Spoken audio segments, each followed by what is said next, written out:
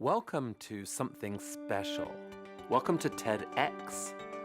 This TEDx event is part of a global conversation that takes place every day in every corner of the world.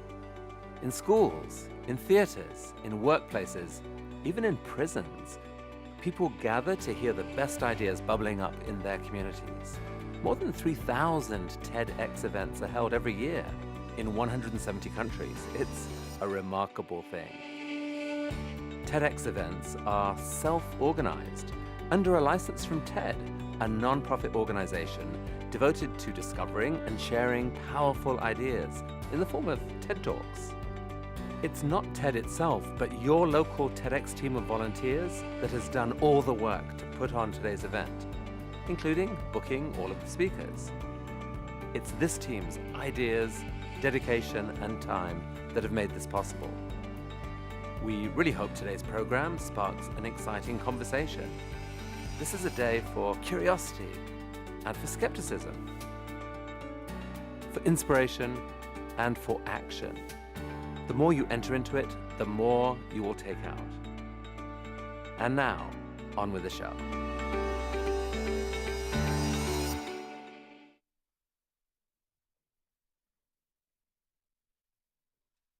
What is up, West Michigan? What is up?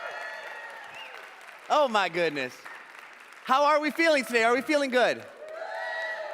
That's pretty good energy. That's pretty good energy for the middle of the week, in the middle of the, what was that? Oh my goodness, I got fans out here. This is awesome. Guys, wasn't expecting that. My name is Jared Driesinga. I am your MC this afternoon, and I am so excited and so grateful to be celebrating with you. This guy right here. What's the name? Jeremy. I'm so excited to be celebrating with Jeremy today right here at TEDxMacatawa 2025. Make some noise.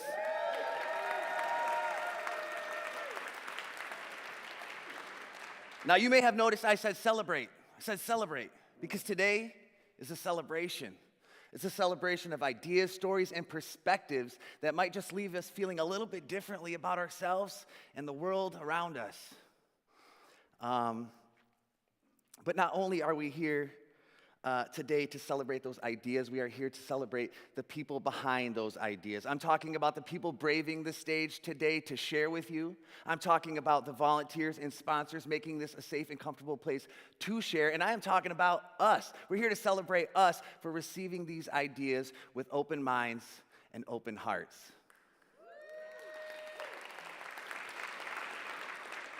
This is a room of humans celebrating humans.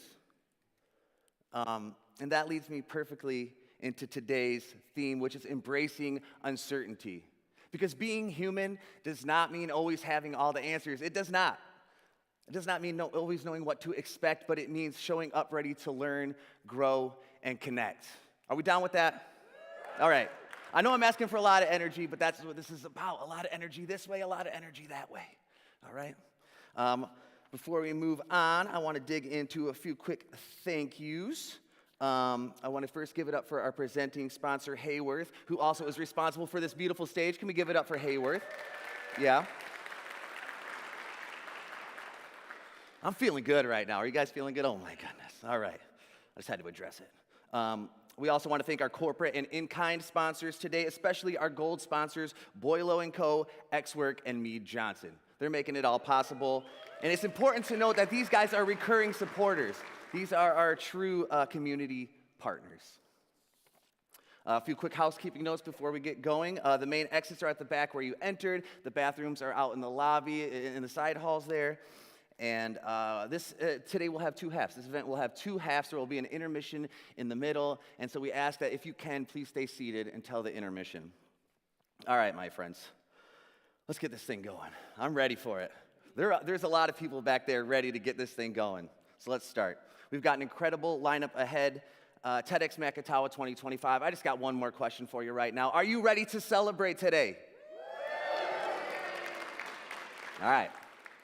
Now, I know we just arrived at Jack H. Miller. We just arrived, but we're about to be taken off on an adventure.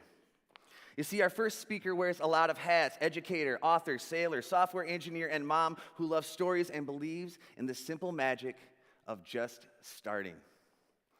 See, I love this talk because it illustrates our theme perfectly. Embracing uncertainty. Embracing uncertainty. Now let's set sail with Allison Major.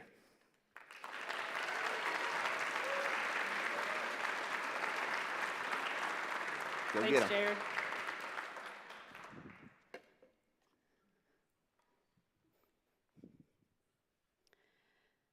The Great Lakes have a sense of humor.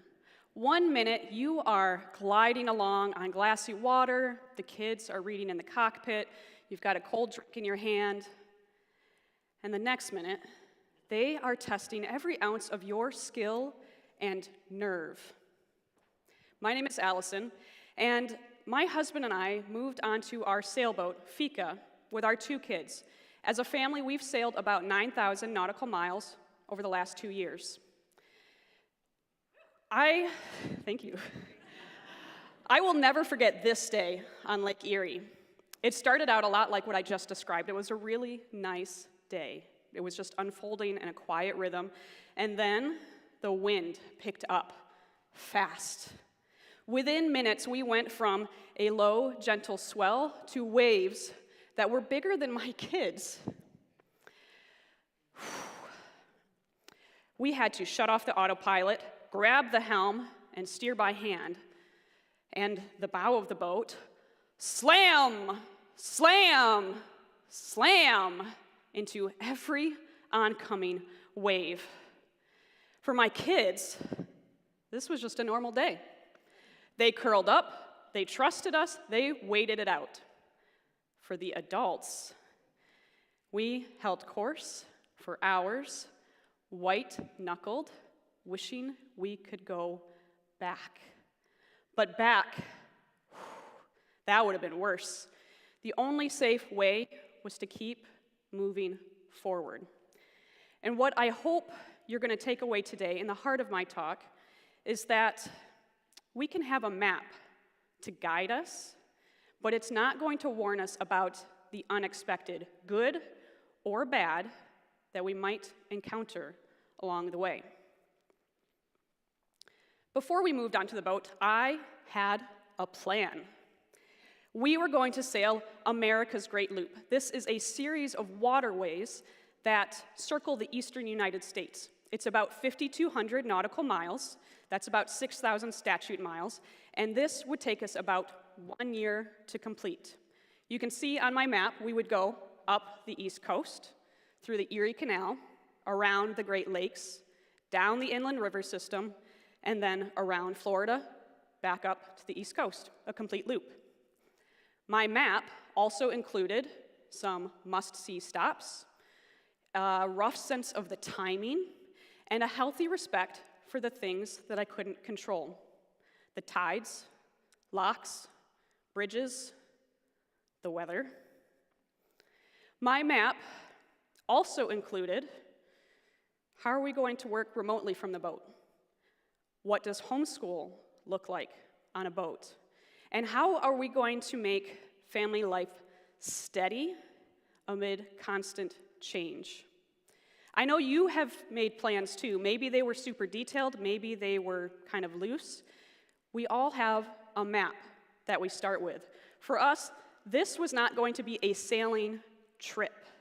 This was going to be a test in adapting every part of our lives to unpredictability. Whew, that's a lot to take on. Life tends to get in the way. We can draw our map, but life is going to throw some stuff at us. And I want to share with you today 3 things that I learned while sailing with my family that might cause life to redraw your map, even if you've got a really nice one that you've planned out. So let's start out with the first thing, the conditions around us. Sometimes the environment shifts, and we need to adjust. So let's imagine you and I are going to go sailing on Lake Michigan. This is Fika, my sailboat. She's anchored out by Big Red. So let's go onto my boat, and it's a beautiful day. The sun is shining, there's sparkles on the water, there's not too big of a wave, so you're not getting seasick. and we're moving along, nice breeze. You've got a cold drink in your hand this time, and no storms. It's a good day. But after a while, we're ready to head in. So I'm getting ready to turn Fika towards Big Red, where the channel is, and I realize that if I do this, the wind is going to be directly on our nose. This means we're in irons. So if this is my sail, and the wind is coming this way, my sail just flaps. We can't go forward, okay? What this means is we can't take a direct path. We have to adjust to the conditions. So we're going to turn Fika this way, and now the wind is blowing into my sail, and I can move forward. After a bit, I'm going to do something called tacking, where I turn this way now, and the wind fills my sail, and I go this way. And you're getting down to your ice cubes, and you're thinking, Allison, this feels a little off course, it's taking a long time. What's going on? This isn't a direct path.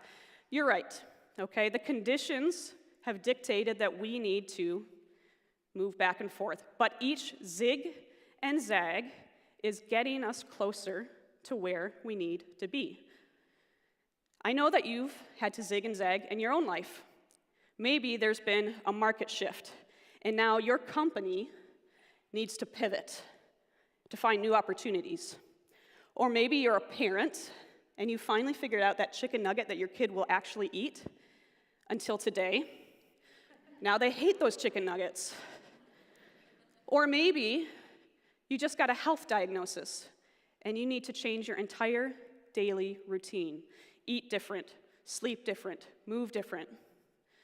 Life rarely moves in a straight line, but every adjustment, every tack moves us closer to where we need to be.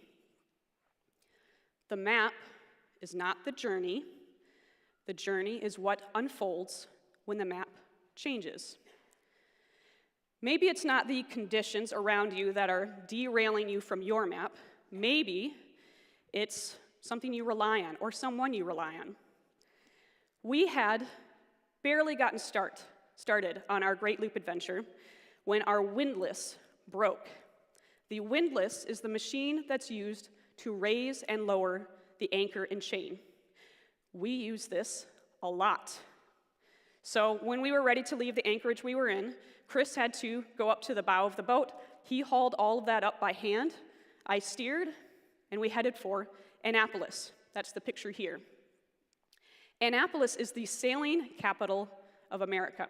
We are going to find a fix here, no problem. That minor hiccup turned into weeks stuck in that harbor. No idea when we would finally fix it, and no idea when we would get back to my map. Okay, well, we settled into a new rhythm. During the day, we did our remote work, we homeschooled, we tried to source the boat parts, but the evenings, now those we spent doing explorations in our dinghy, and we also found every ice cream shop within walking distance of the harbor. We have to figure out who has the best ice cream. And we also met so many people we never would have met had we not been stuck there so long. Boaters and locals. When the windlass failed, it felt like the plan was falling apart. But that's the thing about tools. When they fail us, we just have to find a different way. Maybe it looks like you've got a big project due, and you are putting the finishing touches on it, and your software crashes. And now somehow you have lost hours of effort. You've got to figure it out. Or maybe as a parent, you have a lot of stuff you need to get done today. So you've lined up a sitter, and you're getting ready, and then you get the text message that the sitter can't make it. Now you need to replan your entire day. Or maybe you just got home from the hospital and you've broken your ankle, and now even the little things are complicated.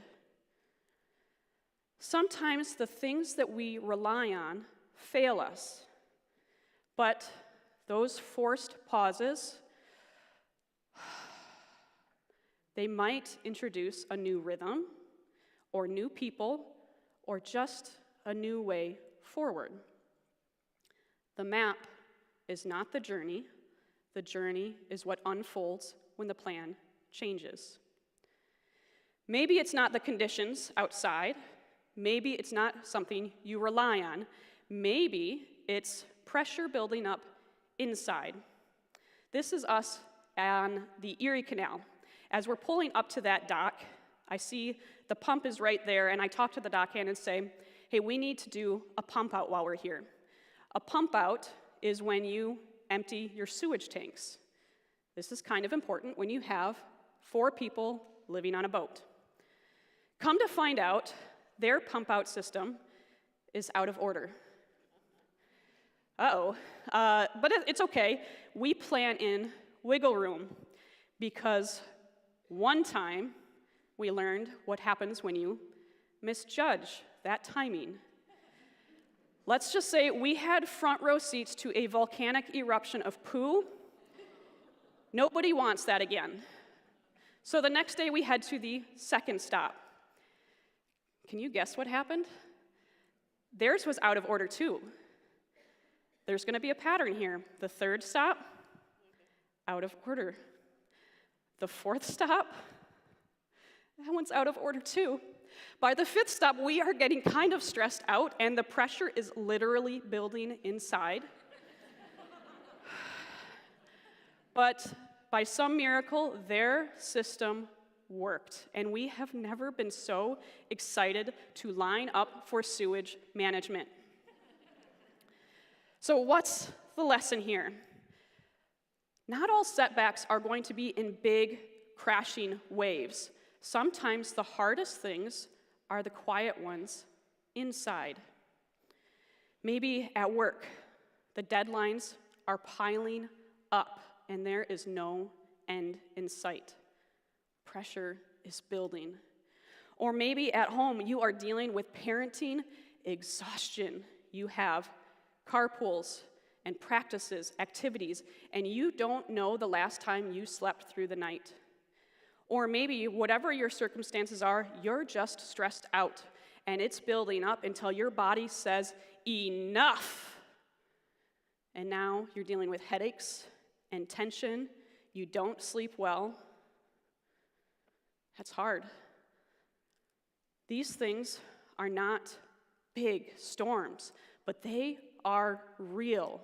And they remind us that momentum doesn't come from having your stuff together. It reminds us that we can keep moving forward by staying engaged, problem solving as best as we can, and finding another way. Now, at this point, you're probably thinking, Allison, that's a lot of storms and setbacks. It sounds like a miserable trip. It was not. It was a wonderful adventure. I would do it again in a heartbeat. This is just one example. This is us on the Intracoastal Waterway. The water is flat, the wind is just right, and for me, this was a perfect sail day. I had so much fun. But what I want you to take away from today is that sometimes moving forward doesn't mean following one perfect plan. The Great Loop is actually a really good example of this. This is my big map, and you can see my route from the last 2 years drawn on it. Now, some parts of the map I've stuck with the original plan, but there's a lot of parts where we went places we didn't expect, or the timing was different, or things just unfolded in new ways that we hadn't planned for. I know that you've made plans too, big or small. And sometimes they don't happen the way you expect. But this map, and probably some of yours, the cool thing is it doesn't matter where you start. You could start in West Michigan. You could start in Florida or Chicago or Canada or even Texas. You can start where you're at. And you can also do it your way. You could go counterclockwise around that loop, or you could go clockwise. You might motor it. You might sail it. If you're brave, maybe you'll paddle it. There's some of those out there. Okay? You can do it whatever way works for you.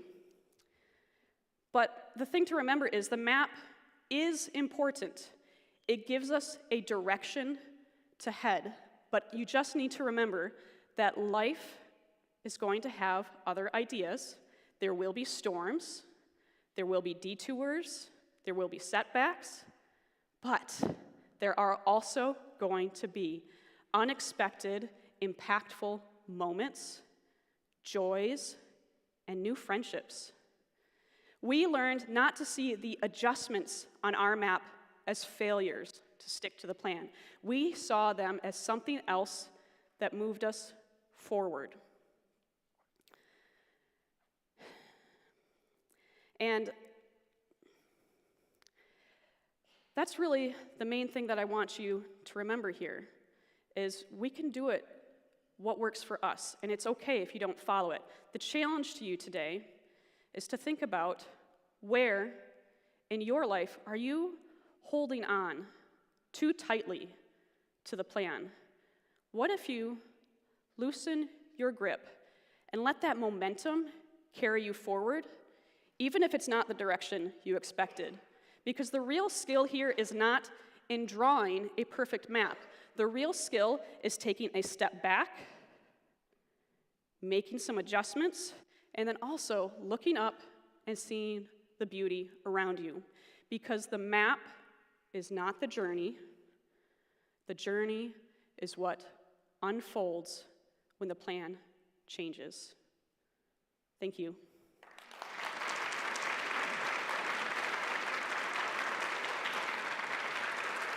Give it up one more time for Allison Major, everybody.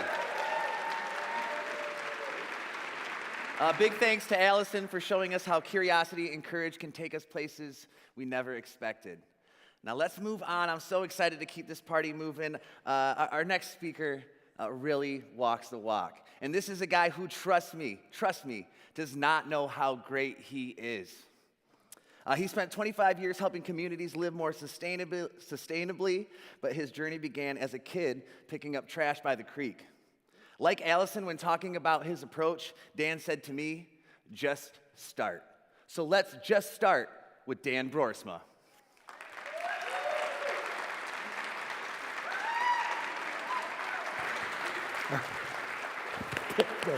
Go get him, man. Thanks, man. Wow, what an intro. Every day, I research and read about the environmental problems that we face. And then I read about their causes. The wildfire smoke that we've had this summer, the weather events, ocean and lake plastic. And like I said, then I'll look at what causes these things. And we've all heard of those things. So today I'm not going to talk about that. Being a father, they depress me. They do not inspire me into action. So then I'll usually look, what does inspire me into action? I'll watch way too many YouTubes and read too many articles about wind and solar and tidal power. And these are awesome that are going on. And recently I have a guilty pleasure of looking at a lot of regenerative farming. And these are all great, but we're missing the emphasis on the small and the practical things that we can do in our everyday organizations and communities. For the last 25 years, working in sustainability, I've worked at a for-profit for a long time, a nonprofit, and now city government. I've learned two things for certain when it comes to sustainability. One, sustainability is about everything. The coffee we drink in the morning, the cars we drive, the house we have, the food we eat. It is about everything. The second thing, though, is organizations and communities that understand this and implement sustainable practices that are small, practical, and repeatable are stronger financially, operationally, socially, and environmentally. My name is Dan Broersma.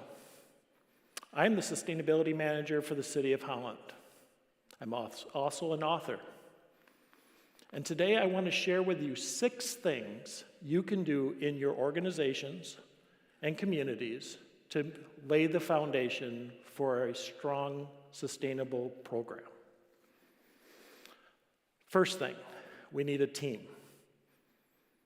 And it doesn't matter how many people are on that team. You can have 2, 10, 20, makes no difference. The thing that matters is who's on that team. In my experience, the people who are actually working in the areas where you're trying to move the needle are the most important people to have on that team.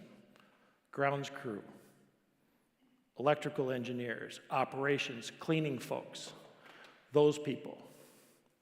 The second, somebody from finance, somebody who has access to the bills and can help you with return on investment if it's a very large program that you're working on. Are you making or saving money in your programs? And the third person, you need a naysayer. You need to have somebody on your team that does not agree with, or may not agree with what you're doing. All of the strongest programs that I've ever worked on are still around today because we had a naysayer on the team, because we were able to answer all of their questions and apply them to the programs that we were working on. So, we have our team. The next thing is we need something for them to work on. We need goals. And these goals need to be something that are practical, understandable, and achievable. I know there's a lot of folks out there that don't necessarily agree with that, my colleagues, but in my experience, working with organizations and communities, when people understand the goal, they'll actually get behind it because they figure they can actually achieve it. So, we have our team, now we have our goals, now we have to do a step that a lot of folks forget, and we need to define what we're working on. You need to define your goals, you need to define your team, you need to define what does sustainability mean to your organization and community. Some communities and organizations that I've worked with, they said, well, recycling is what sustainability means to us. Other folks, well, maybe it's just about energy. I'm not here today to tell you what that is. What I'm here to do is tell you is define it so you understand the scope that you're working on.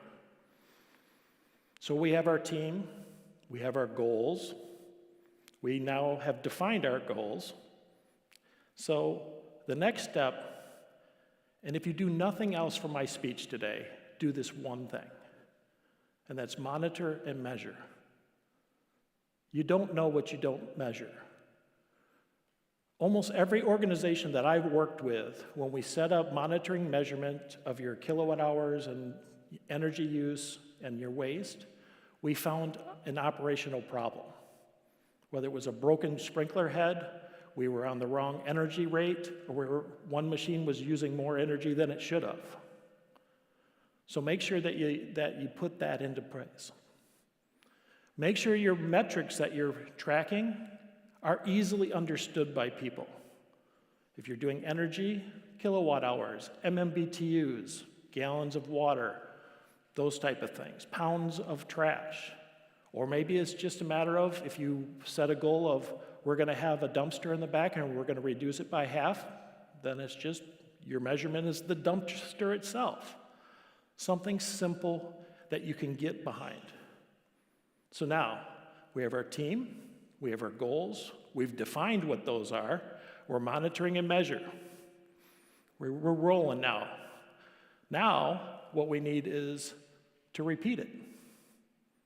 Keep building upon those things.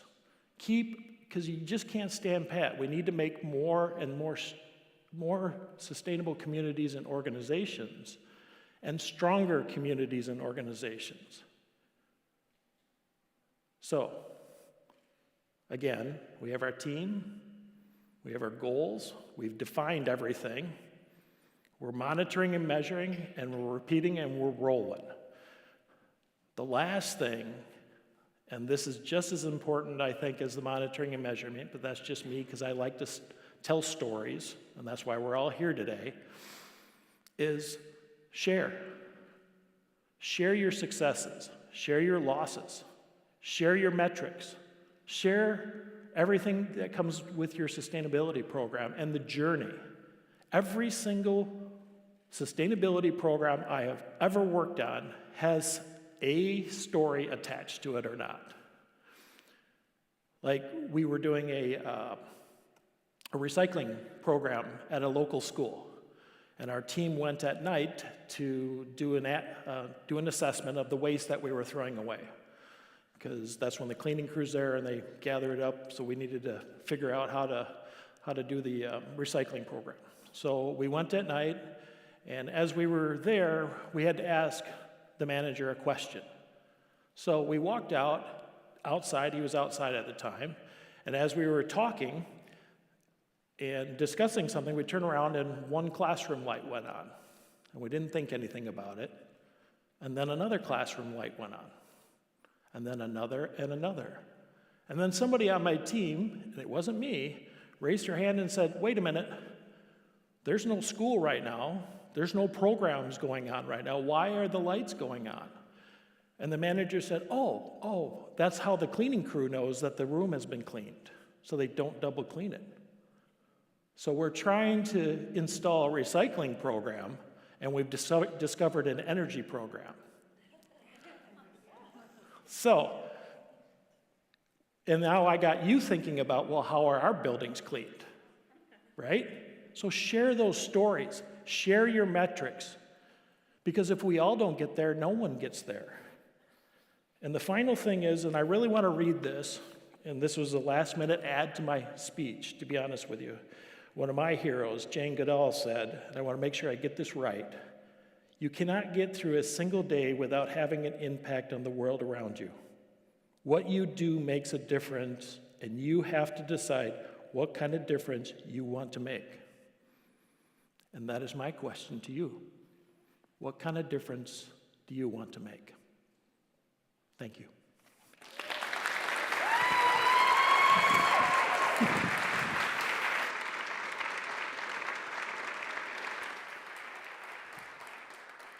Wow. Thank you, Dan, for proof that even the smallest actions can make a big difference. Okay, our next speaker grew up in Singapore, but now calls West Michigan home. She's a community planner, a designer, a wife, and a mom who thinks deeply about the how and the why behind the work she does. Now, she may not be one to seek the spotlight, but she absolutely deserves it. Please welcome Har Yi Khan.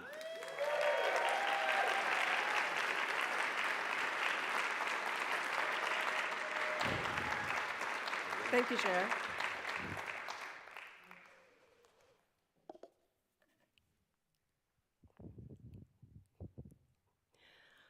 Hello, a very good afternoon. About a decade ago, my family and I moved to Holland from the New England area. We started in a small college town in New Hampshire and drove more than 1,000 miles in 3 days. While I am not a fan of these long road trips, I have to admit that if you pay careful attention, they can give you a sense of how a community is doing. You see, our journey took us across the industrial heartlands of America, where we saw big cities and busy highways, yet we also saw some tired downtowns, vacant plants, and abandoned homes. Seeing these places, I recall the shocks that reverberated when Detroit filed for bankruptcy in 2013, followed then by the Flint water crisis. As a community planning and design consultant with more than 15 years of experience in research, teaching, and practice, I could not help but wonder why and how have some communities thrived even in the midst of change. I was really fortunate to have a very special mentor, Bill Johnson. Bill was an absolute giant in the field of landscape architecture. He was Dean Emeritus at the University of Michigan, one of the founders of Johnson, Johnson & Roy, now Smith Group, and he was also a national leader who shaped communities of all kinds as they responded to the ever-changing needs of the world around them. From our downtown Holland to the Crystal Mountain Resort, and even the Asahikawa waterfront in Japan. Every Tuesday, Bill and I would get together for coffee breaks, and we would do this with our good friend, Mark Tannis. And towards the final few years of Bill's life, these coffee chats focused on distilling the essence of what Bill refers to as framework thinking, a type of process to nimbly navigate change and development in the community. And my hope is that by the end of our coffee chat today, that you can walk away with two things. One, the both and mindsets that could be cultivated for embracing change and transformation. And second, some of the basic elements of framework thinking, a process that focuses not just on the journey, but the how of having a better journey towards better outcomes. So let's start here in downtown Holland, which is simply a postcard-perfect example of an exceptional Main Street, where we have free and easily accessible parking, well-maintained buildings with no broken windows, all housing a great variety of restaurants, retailers, services, and local coffee shops. And then, of course, we have these beautiful parks, streets, and sidewalks that are heated by snowmelt, which means that here, in a Michigan winter, if you are in downtown Holland, you don't even have to shovel. And to me, that's taking it to a whole other level for a downtown.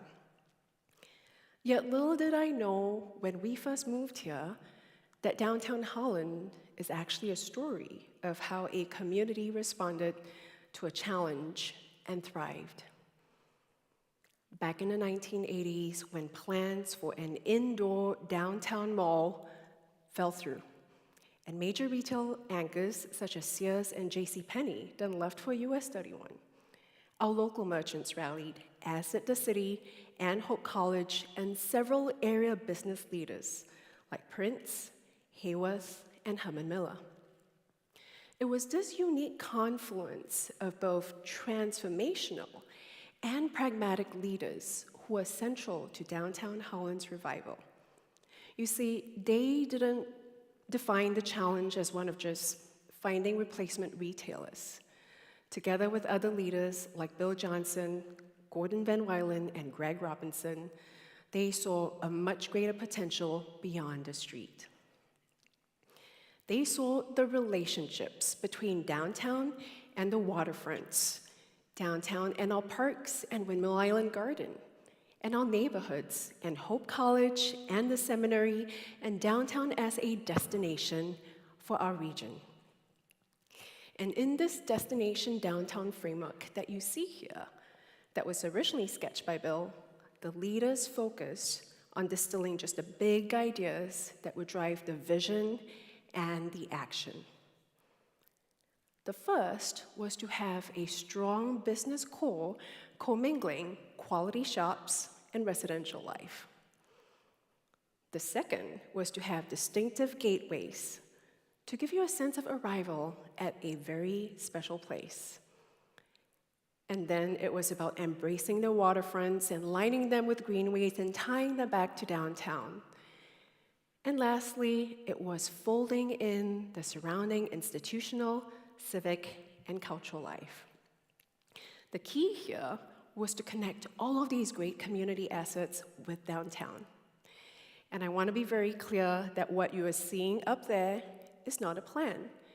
It is a framework kept intentionally loose just to focus on the big ideas that would drive the transformation. And so with this direction in hand, the leaders got to work and then dug deeper into the details. They put in place the innovative snowmelt system, invested extensively in our streetscapes, where we now have lush plantings, comfortable benches, Victorian-style streetlights, trees that offer shade in the summer, and are now starting to turn into a brilliant sea of yellow, orange, and red in the fall. They were also strategic about the developments that they undertook, pairing new developments with the loving refurbishment of our historic buildings. that was blended with charming pocket parks of beauty and respite, alongside an intentional strategy of attracting national, regional, and local businesses, based on the firm belief that if you can do it well for the locals, the visitors will naturally come. And so in the first 20 years of that vision, more than $230 million was invested in downtown's revival. Yet the city and the community did not just stop there. They never once rested on their laurels. They kept building on that vision. You see, about every 10 years or so, both the public and private sector leaders would come together to revisit that vision. And in doing so, they were able to assess progress, but more importantly, they were able to build a shared understanding of what are some of the new possibilities, the new partners, and the new priorities. So that when prospects such as the Civic Center Place came along, or even the 6th Street corridor, now with the new ice skating park that's about to open, and our waterfronts, more detailed design ideas and plans like these could then be explored at a much smaller scale. And over the last few decades, these plans have then been steadily realized. Ultimately, downtown Holland did not just survive the loss of its retail anchors. It completely turned the tide and is now one of the most vibrant downtowns in America. So this framework approach that I walked you through, blending big picture vision and detailed pragmatic action, can also be applied at a much larger scale. And to do that, I would like to take you halfway across the world to my birth country of Singapore, a tiny tropical island state in Southeast Asia, with a land area no more than half of Ottawa County. And in the 1960s, when it gained independence from the British and separated from Malaysia, this island was just a mishmash of villages, plantations, and it had a small trading port. There was no industrial base, no national defense capabilities, and hardly any natural resources to speak of. Thankfully, we did have a group of very forward-thinking leaders who really crafted a two-pronged development strategy for the tiny nation. One, to tap into the global markets, and to make it a really attractive place for foreign investment. And two, they believed in building a strong community with a really high quality of life. Their vision was to transform these villages into a tropical garden city. Now, this was also paired with a flexible framework to nimbly navigate change over the last 60 years, and to guide decisions on how best to support population growth. Where can we locate quality housing and to integrate that seamlessly with an efficient public transit system? How best to preserve the green spaces while providing abundant recreational opportunities. And today, Singapore, after decades of dogged determination and innovative and pragmatic leadership, is now truly a city in a garden and one of the best places to live in the Asia-Pacific region. Now, I can probably share more stories of communities like these that have weathered challenges and thrived, from college campuses to communities like Detroit's revitalization, downtown Zealand, and even international cities such as Paris, Melbourne, and Kyoto. What sets these places apart is not just the sustained investments that they've had to make the community strong. All these communities had a very clear vision for the community, meaning knowing what the success looked like for them. And it was also paired with a flexible strategic framework that they can nimbly pivot in the winds of change. And more importantly, at the leadership level, there's an intentional both-and mindsets that was really exercised. And this was really to be able to find the potential in every situation, to look for the win-wins, and to build the common ground. And today, I would like to offer you 3 both-and mindsets for consideration. The first, blending the visionary and the pragmatic. The distinguished American presidential historian Doris Kearns Goodwin observed that there are two kinds of leadership: the transformational leadership, also known as the visionary, and the transactional leadership, also known as the pragmatic. For most of us, we probably lean towards either end of the spectrum. Yet in reality, both mindsets need to work really well with each other. And we can start to cultivate both mindsets.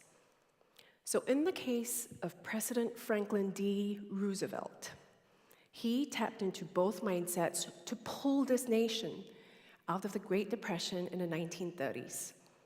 On the visionary side of things, he rallied the people and this nation to take action with both wisdom and courage.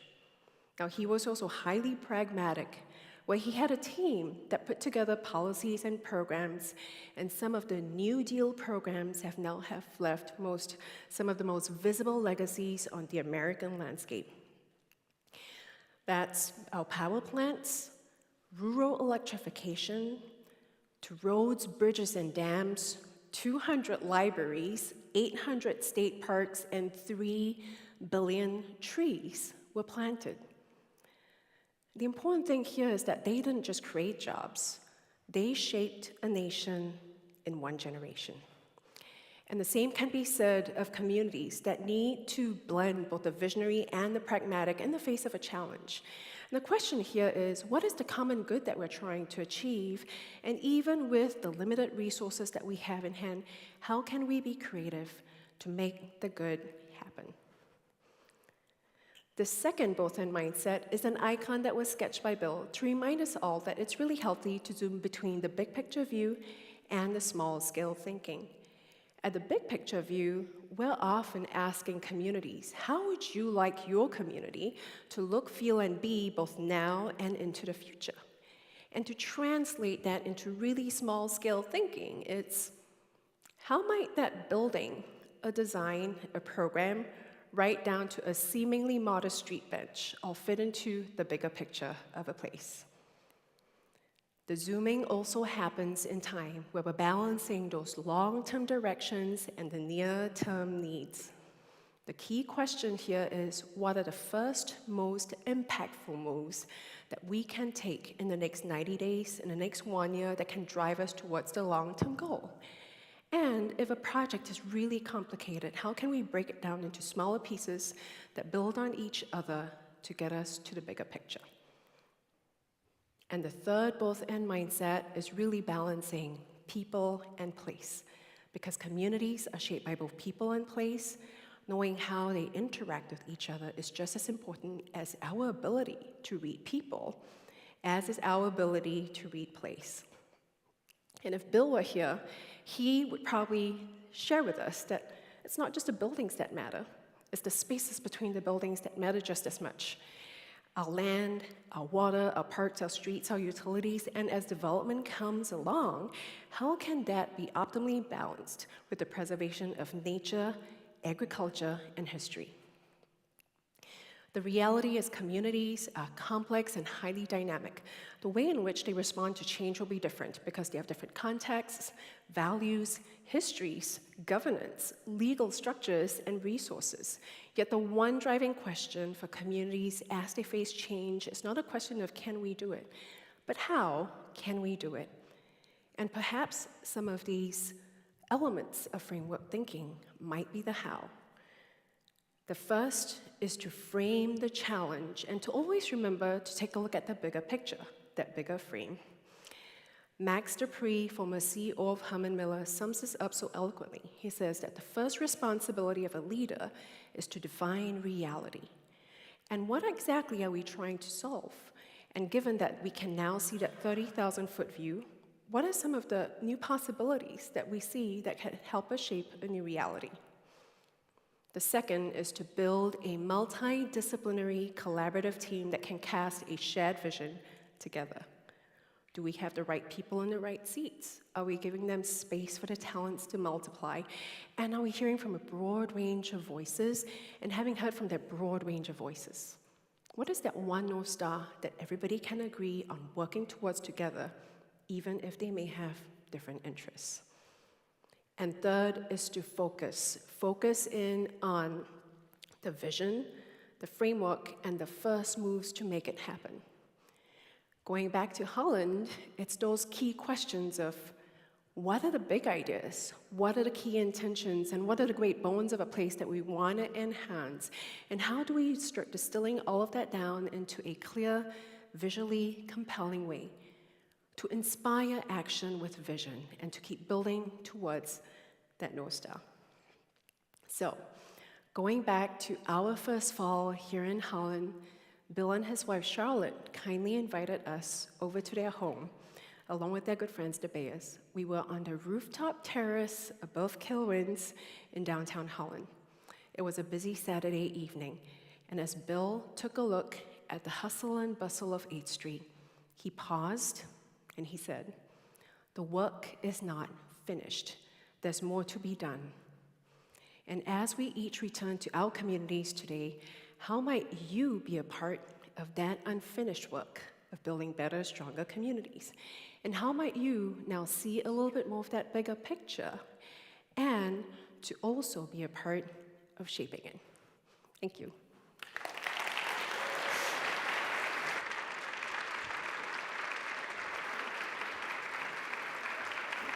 Har-Econ, everybody.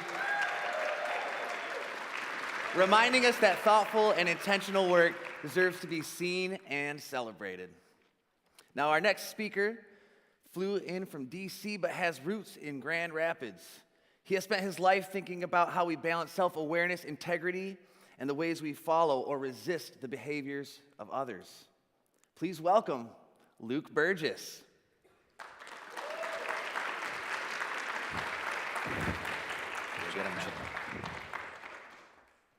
Thank you, Jer. Thanks, everybody, for being here. I'd like to take you back for a moment to 1936.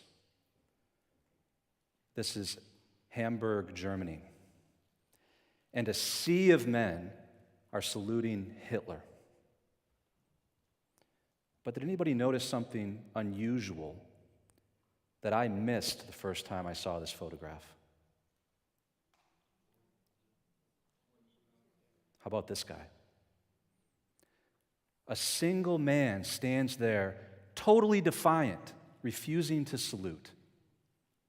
Now, he had no idea that Hitler's chief propagandist was up in the bleachers taking that photograph of him.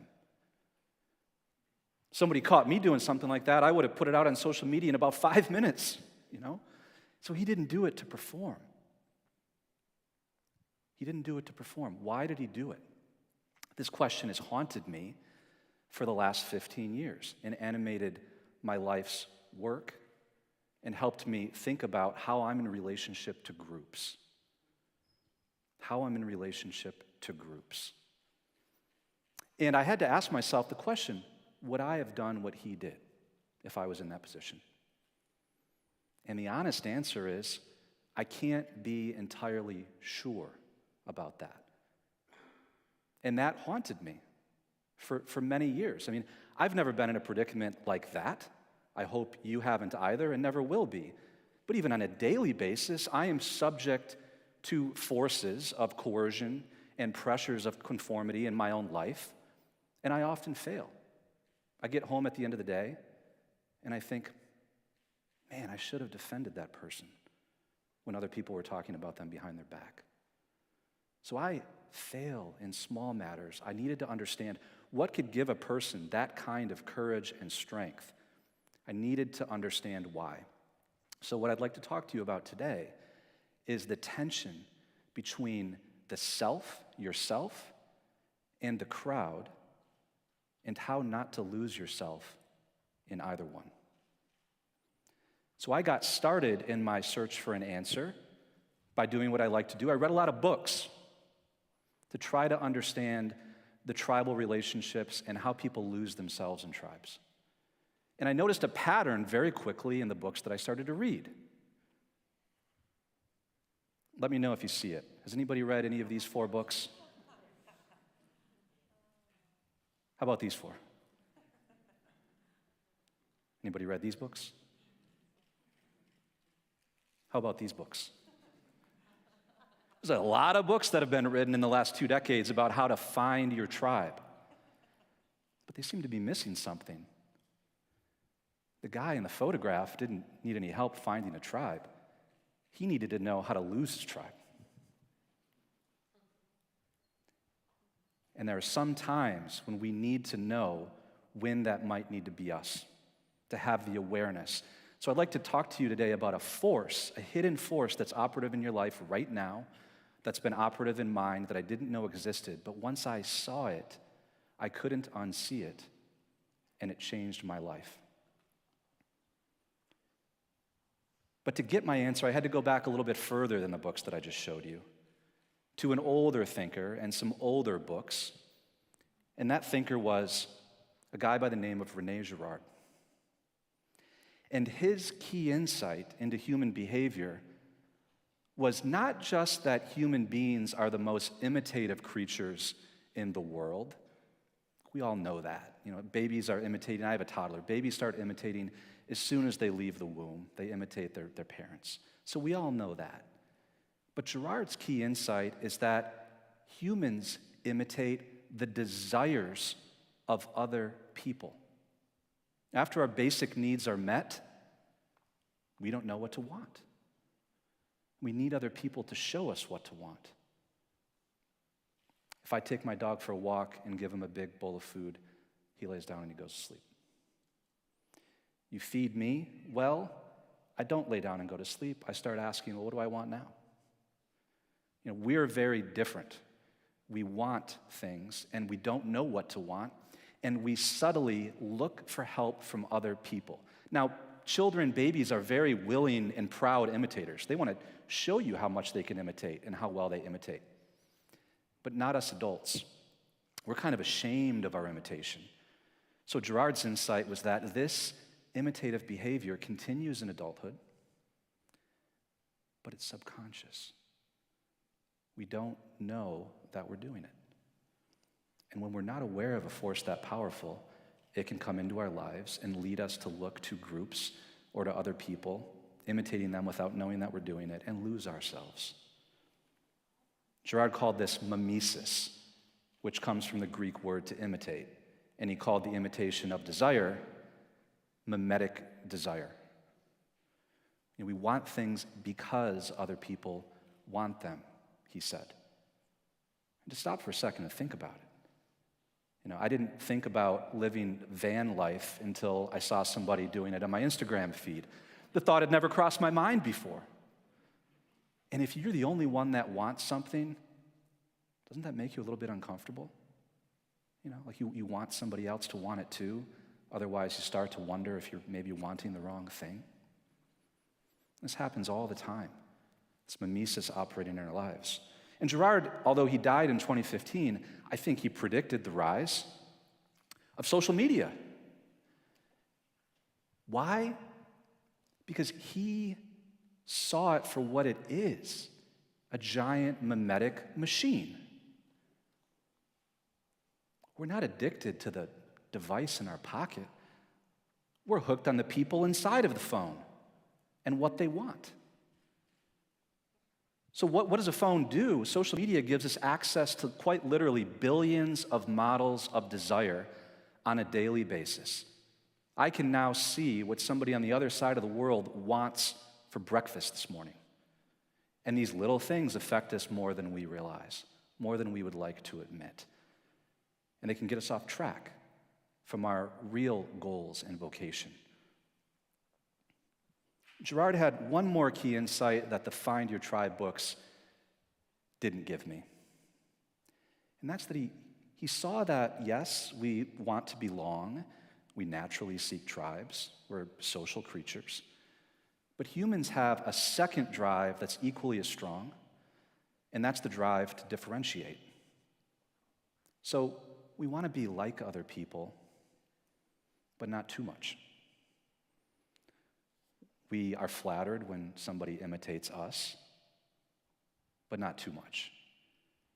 You get a haircut and wear an outfit into the office, and the very next day, somebody else comes in and gets the same exact haircut and wears the same clothes. Freaks you out. So we're in this constant tension between imitating and trying to differentiate ourselves, and we don't even know that we're doing it. And when we're unaware of that, we tend to try to differentiate in really silly ways. I won't make you look at that anymore. Now, my own personal experience of this dynamic, when I really learned the most about this phenomenon of mimesis and mimetic desire, was when I, at the age of 29, that's me, left behind my companies and the startup world and entered seminary on the pathway to becoming a Catholic priest. Now, they sent me to Rome, and I lived in a massive building with 250 other guys that dressed exactly like me, that all had the same goals. A great community, some of the best, most mature men I've ever met. It was healthy. They cared about my emotional, personal, spiritual growth. But let me tell you, that's when things really got hard, because we had so much alike. We shared so much with each other. It was a cauldron of mimesis for me. I don't even know where I am in that picture. I'm in that picture. I know I am. I was there on the day it was taken, but I literally can't find myself, so let me know if you see me. But it's symbolic of what happened to me in that community. And I realized this. What Gerard said about mimetic desire and mimesis applies to other people. Think of somebody close to you in your life, could be even a family member, but it also applies to groups as well. You know, we are in different kinds of relationships with different groups. Sometimes we're totally detached from them and we have a clear delineation between ourself and the group. I don't think I'm supposed to actually do that, but we step outside of the group and we're detached.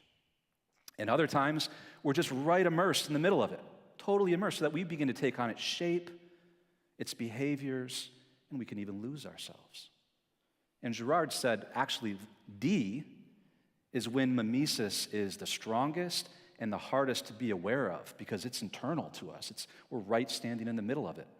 That's when it's the hardest to spot. And I found myself in seminary going back and forth between A and D for the most part, because they're the easiest. There's not a whole lot of tension in either one of those relationships to the group.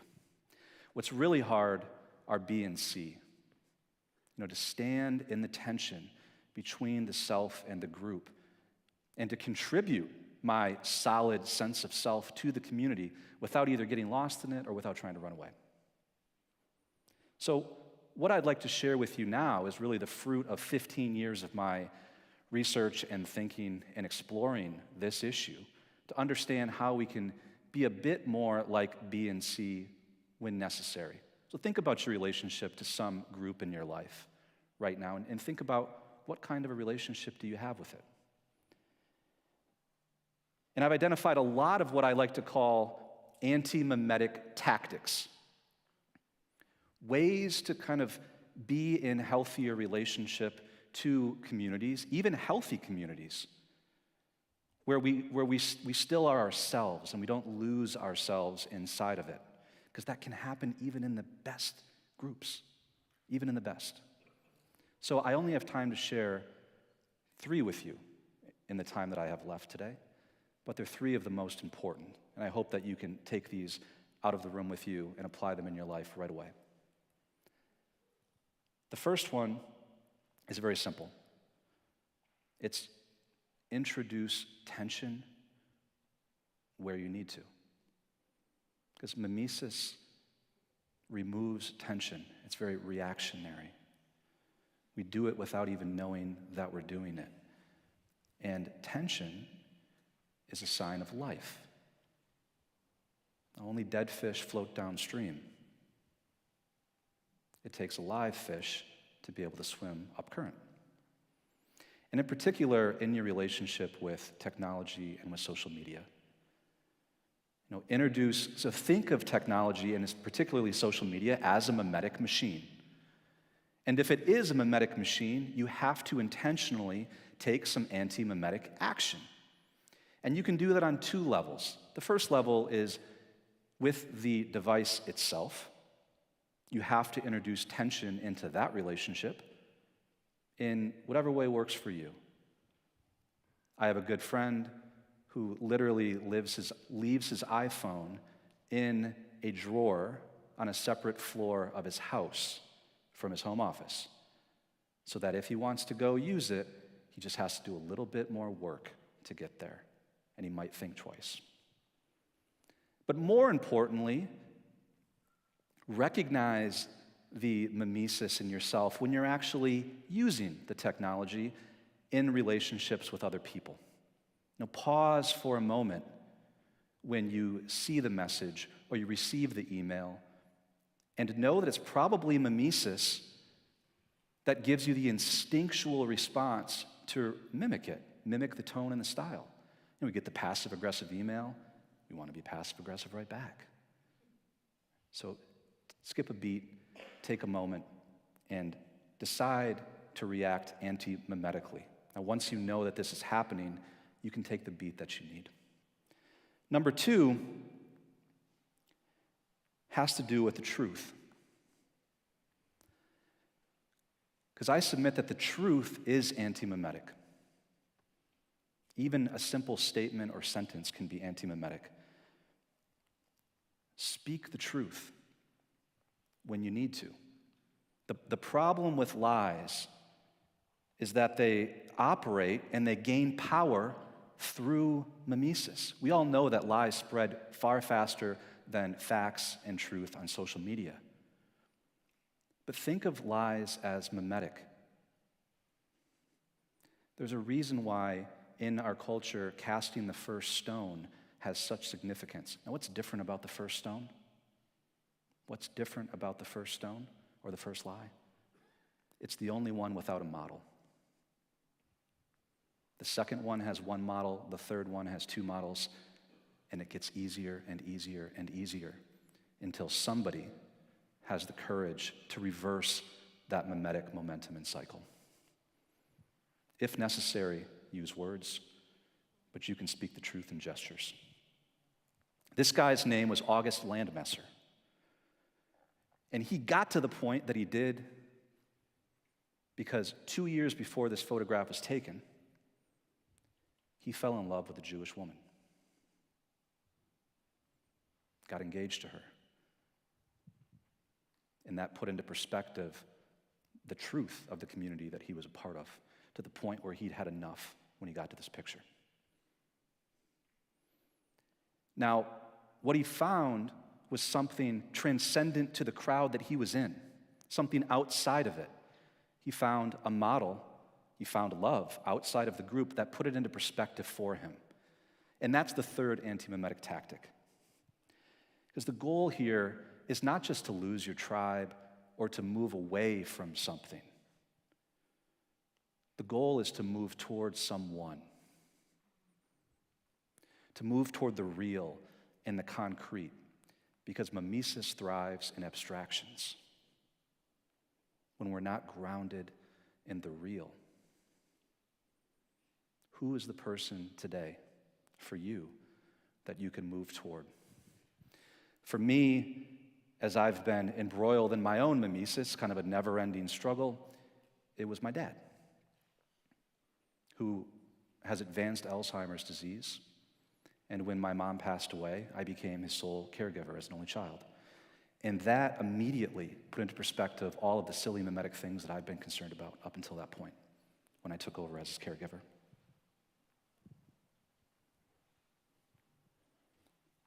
So it's easy to recognize mimesis in other people and in the world and in the news and on social media, but it's a lot harder to recognize it in yourself. So my hope for all of you today is that you practice introducing tension where needed, you speak the truth in an anti-mimetic way, and you move towards somebody. Somebody needs to be anti-mimetic in this world. And when you do that, you will learn and discover a lot about yourself, and you will change the crowd along with you. Thank you.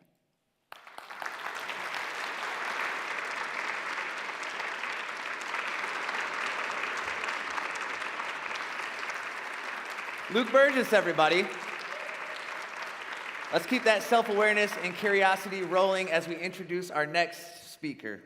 Now, our next speaker is all about community building and challenging assumptions. She's passionate about changing narratives, breaking down stereotypes, and bringing people together. Now, help me give a warm welcome to Kelsey Simpson.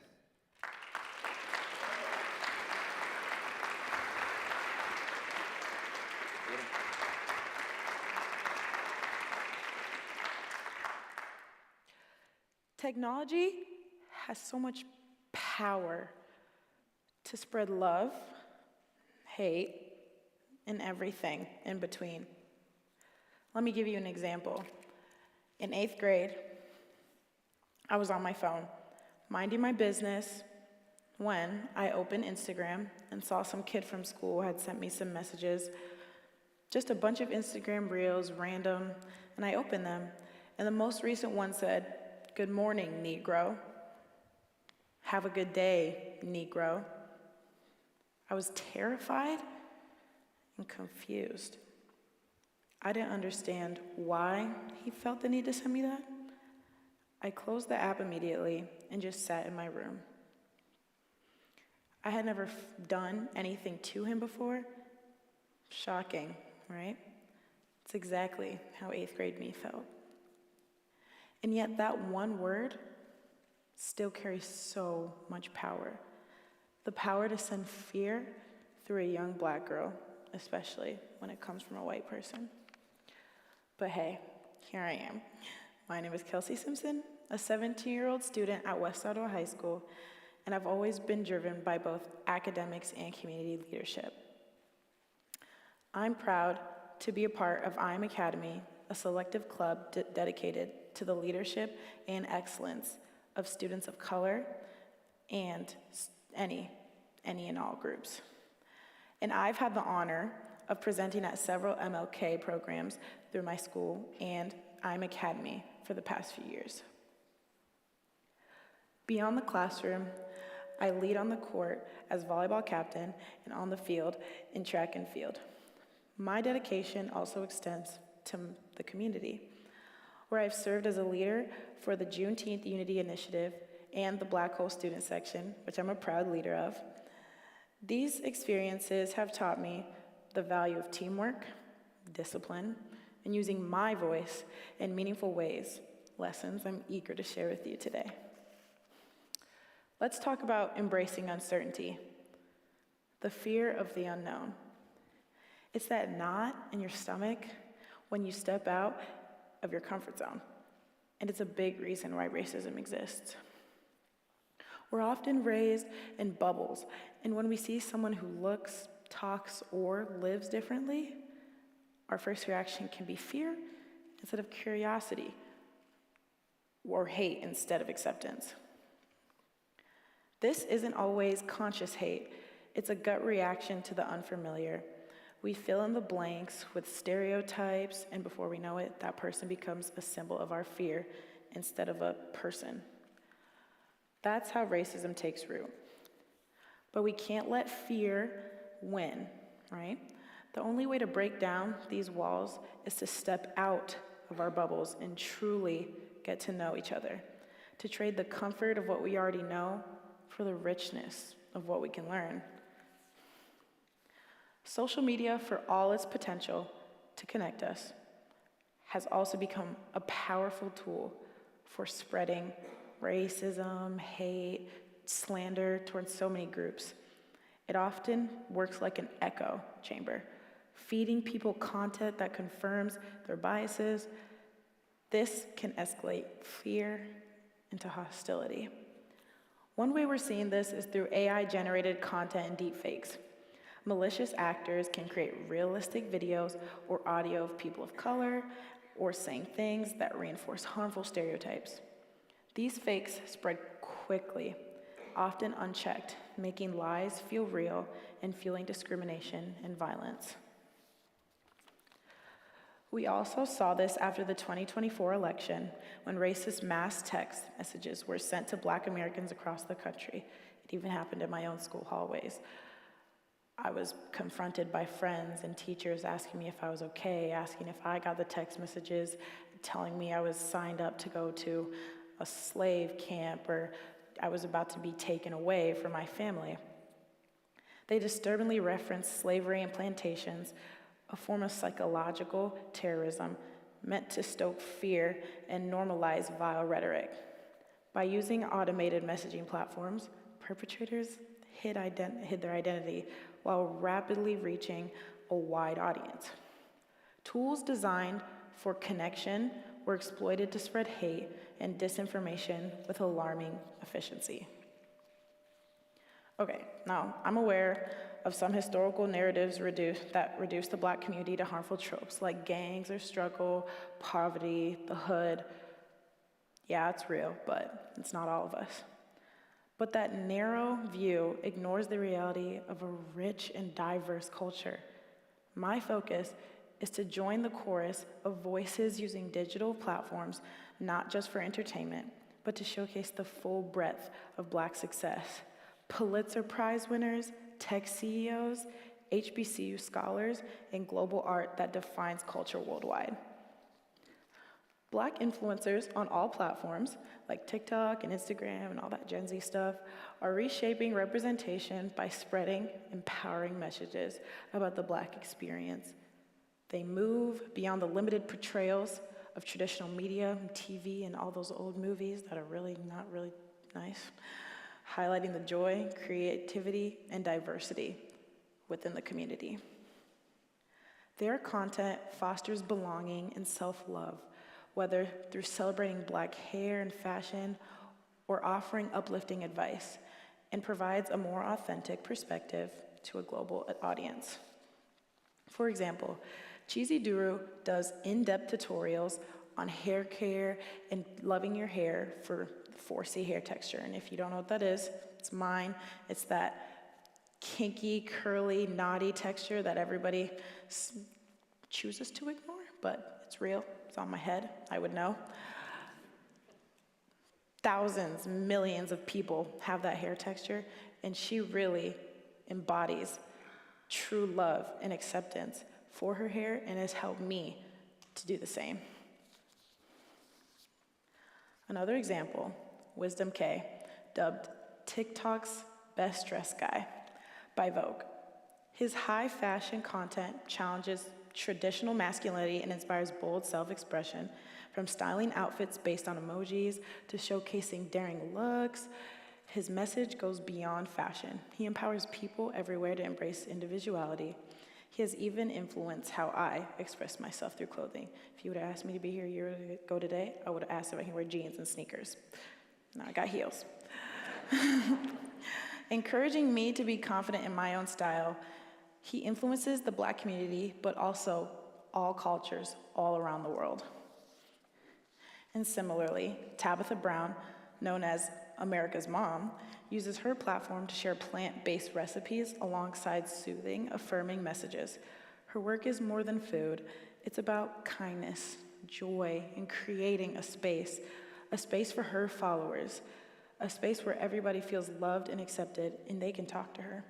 She debunks the myth of the angry Black women and moms shown in mainstream media, and it really shows that's not how all of us live.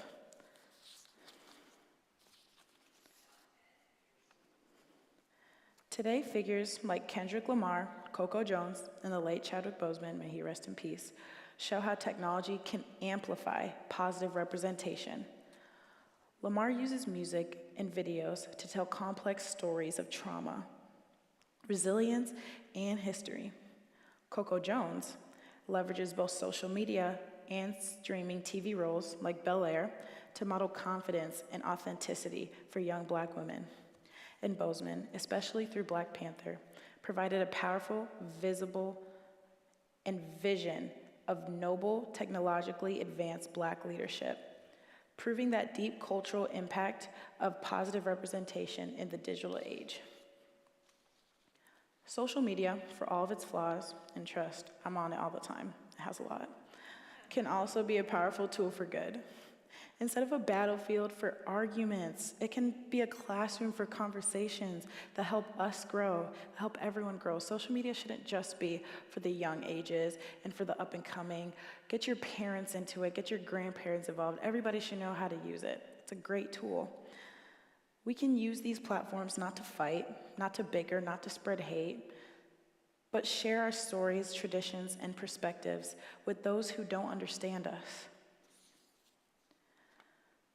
The space between love and hate is where most interactions happen.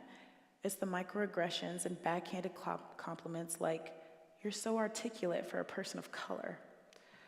Not outright hate, but still rooted in stereotypes. Or the ignorant question, "Why do you always make everything about race?" These moments are exactly where conversations need to happen.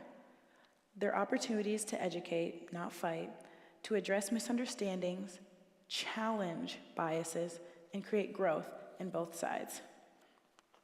For people of color, this means highlighting the beauty of our cultures, the resilience of our communities, and the reality of our experiences. So we are seen as people, not stereotypes.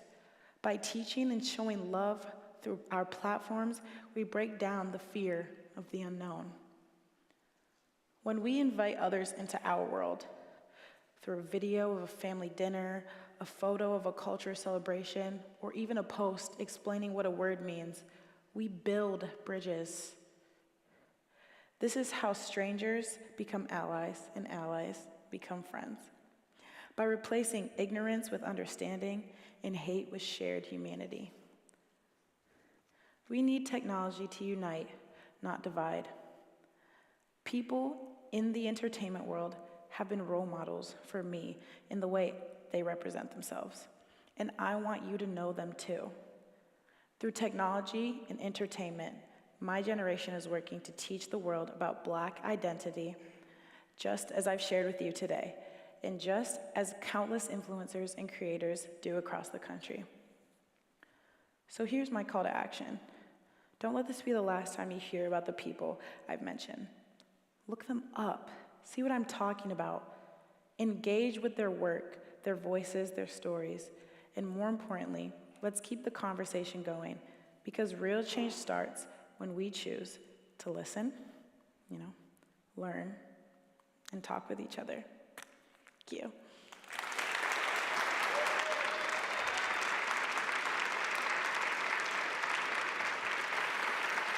How about a little more love for our one and only youth speaker of the day, Kelsey Simpson?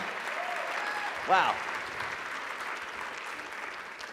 All right, and now we're going to take a short break. But before we do, I would like to introduce someone very important to TEDxMacatawa. Please welcome Vince Boilo, everybody. Vince Boilo.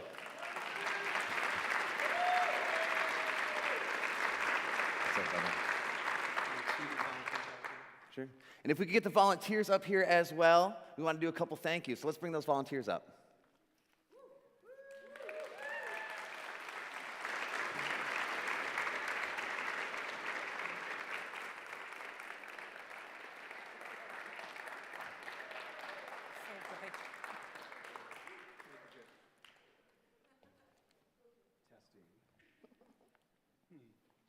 Well, unless I'm on. Oh. Wait, there it is. Okay, very good. Thank you, Chair. Thank you, man. TEDxMacatawa is virtually an all-volunteer-powered event. And the folks that you see up on stage here have given up their weekends. They've given up their Tuesday lunches since May. And then probably a lot of work hours that they won't tell their bosses about in order to make this possible. And we had over a dozen that volunteered on our core team. Not even all of them are on stage. But I'm going to take a second to thank them and try to name everyone if I can. We'll start with Patrick Clark, who's not here, but he might, hopefully he's on the live stream watching. Patrick is our lead speaker coach, and he worked one-on-one with every single one of our presenters to help them find their best voice. I want to thank our speakers team, Robin Shoup, Mark DeRue, Eric Alsgaard, Adam Zwirink, and James Tock, who not only coached alongside Patrick, but they also reviewed over 100 individual pitches that came in this year to help curate the perfect lineup. I want to thank Lindsay Moncoon, who leads our hospitality and our client experience. I want to thank Chris Denherter, our sponsorship and partnership champion, who helped connect us with businesses who share our mission and make today financially possible. Backstage, we've got Joel and Shannon, Joel Rusker and Shannon Dextra, who are managing, making sure that our speakers are well prepared to go on before that final moment, before they step into the spotlight. I want to thank Ben DeVries and Aaron Vasquez, our marketing leads, who gave the show a fresh look this year, including these wonderful T-shirts and the question mark icon. I want to thank our volunteers at large, Liz Delaluz and Sana Genema, who showed up to do all of the little things, folding of the T-shirts, arranging pens into intricate wave and fan patterns. And they also collaborated throughout the entire preseason as well to bring new ideas. And so thank you guys. I want to thank my brother and business partner, Eric Boileau. He serves as our show producer and technical liaison way back in the back there. And then just a couple last shout-outs. I want to recognize Eric Bruscotter and the City of Holland video crew. They're up in the back right now producing the show, and they're going to cut all of these talks so that they can go up on the TEDx YouTube later on. And I also want to thank the incredible team at Hope College, especially Maggie Bradford, Ben Ogama, and Ian Martinez for their generous support and partnership in making sure that all of the details and production is perfect today. And then, of course, Jared Jesinka, our fantastic MC. So let's give them all a big round of applause. Thank you.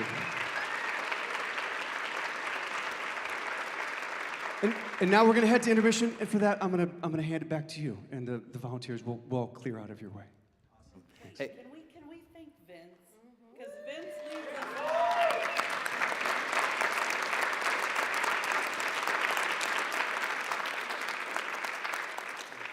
That's right. Vince Boileau is the license holder for TEDxMacatawa, and we are so grateful for all he does to make this possible. Thank you to the volunteers one more time. So now we are going to take that short break. We're going to grab some snacks and drinks out in the lobby. We're going to stretch our legs, and we are going to chat with each other. We're going to talk about what we've heard today. I encourage you to go up and chat about, hey, what was the topic that resonated with you the most and why? We want you to have those conversations today because this is a seeding opportunity. The talks you're hearing today are just the beginning. We want those conversations to continue, okay? I'm going to give you a few notes real quick. There are no snacks or drinks allowed here in the auditorium, so please finish and dispose of those when you're out in the lobby. And we will start again in about 45 minutes. So we'll see you in just a little bit.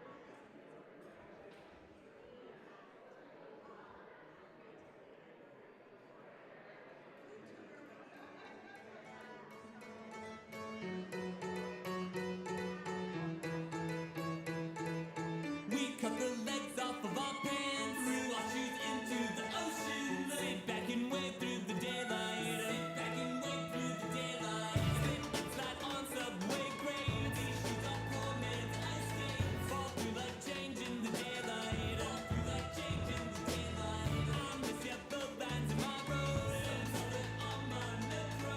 Maybe I'll paint them in myself. Maybe I'll paint them in myself. Maybe I'll paint them in myself. Maybe I'll paint them in myself. Maybe I'll paint them in myself. Maybe I'll paint them in myself. These sidewalks slick with brimstone, signals and a payphone. It rings like all through the daylight. It rings like all through the daylight. Daylight, we could try to hang out, but someday I'll see without these frames. And in the daylight, I don't pick up my phone, 'cause in the daylight, anywhere feels like home. I have our thoughts in my life, and everyone has the top right. I'll just unplug it for today. I'll just unplug it for today. Open hydrant, roll the windows. It's all my neck through the elbows. And flow down Grand Street in daylight. And flow down Grand Street in daylight. And flow down Grand Street in daylight. And flow down Grand Street in daylight. And flow down Grand Street in daylight. And with just half of the sunburn, new yellow line that iron. Step back and here comes the nighttime. Step back and here comes the nighttime. Daylight, we could try to hang out, but someday I'll see without these frames. And in the daylight, I don't pick up my phone, 'cause in the daylight, anywhere feels like home.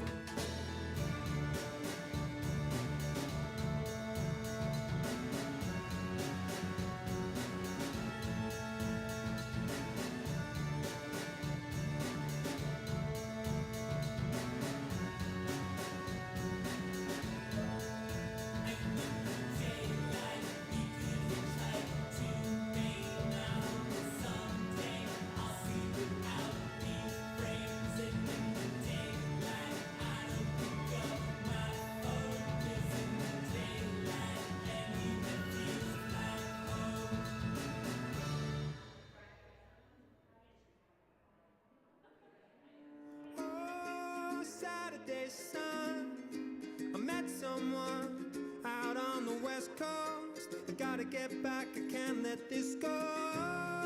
Saturday sun, I met someone, don't care what it costs.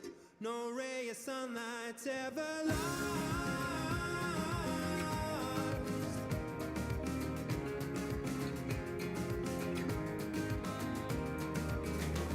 So tired of sleeping alone, so tired of eating alone. I need to ask her, what's going on? Are we going strong? She felt like resting her head. My shoulder was the perfect height. We fit so right. So what's going on? 'Cause I've been undone. The long drive, the coastline, looking at a first light. Am I still on her mind? I've been undone. Oh, Saturday sun, I met someone out on the west coast. I gotta get back, I can't let this go. Saturday sun, I met someone, don't care what it costs. No ray of sunlight's ever lost, ever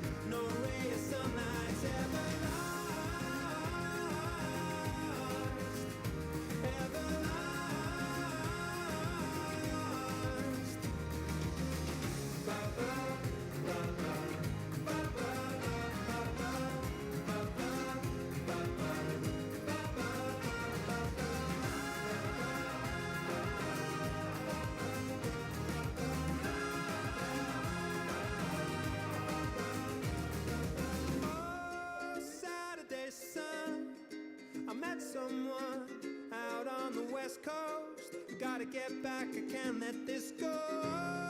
Saturday sun, I met someone, don't care what it costs. No ray of sunlight's ever lost. Oh, Saturday sun. Saturday sun, I met someone. Saturday sun. Ba ba ba ba ba ba ba ba ba ba ba ba.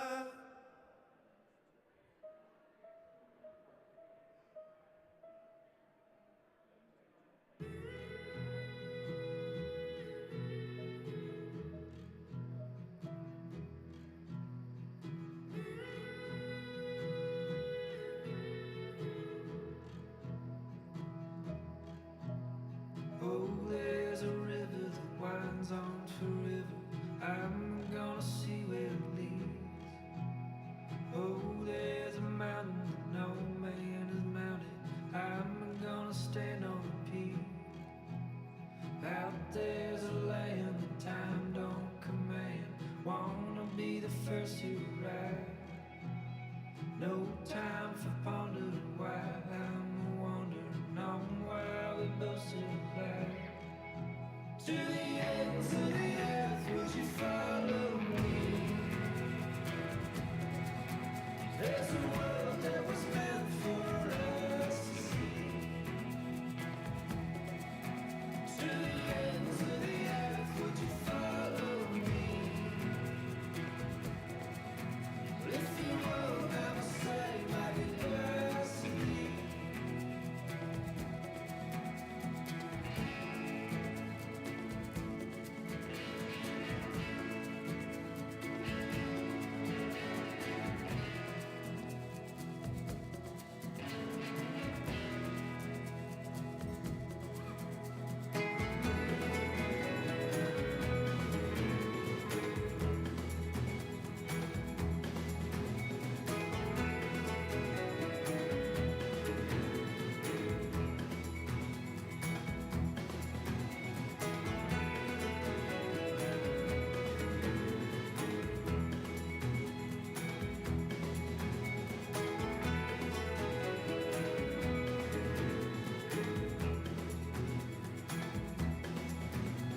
Oh, there's an island where all things are silent. I'm gonna whistle a tune. Oh, there's a desert that size can't be measured. I'm gonna count all the dunes. Out there's a world that calls for a girl, heading out into the unknown. Wayfaring strangers and all kinds of danger. Please don't say I'm going alone.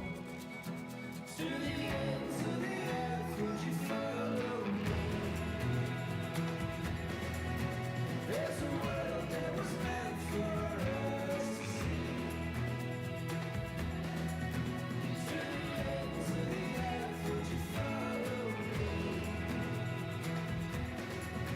If you won't have a say, my destiny.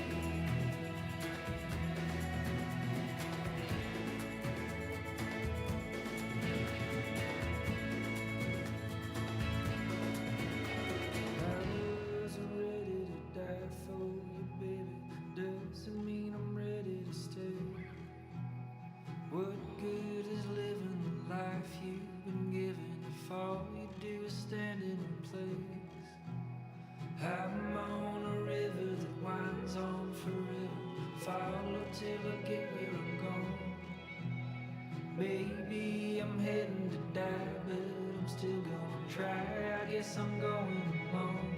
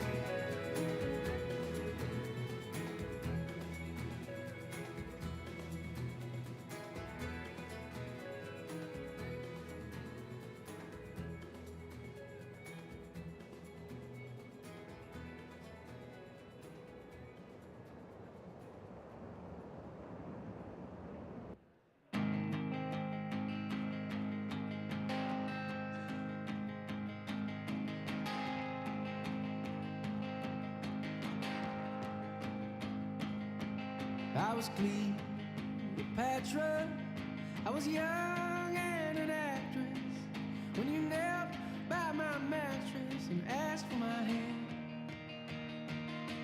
But I was sad you asked it as I laid in a black dress with my father in a casket.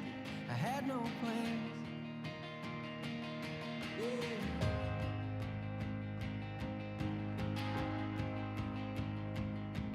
And I left the footprints, the mud stain on the carpet, and it harder like my heart did when you left town.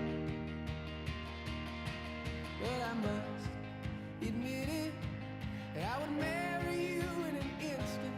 Damn your wife, I'd be your mistress just to have you around.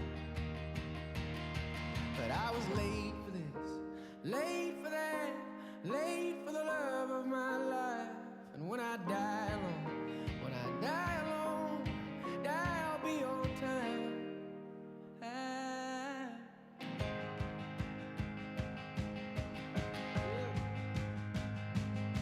And while the church discouraged any lust that burned within me, yes, my flesh, it was my currency, but I held true.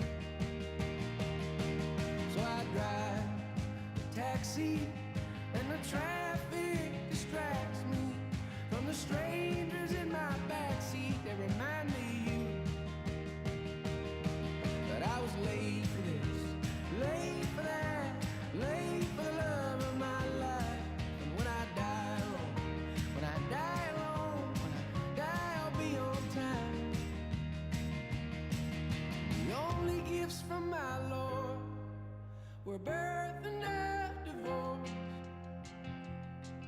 But I've read this script and the costume fits, so I play my part.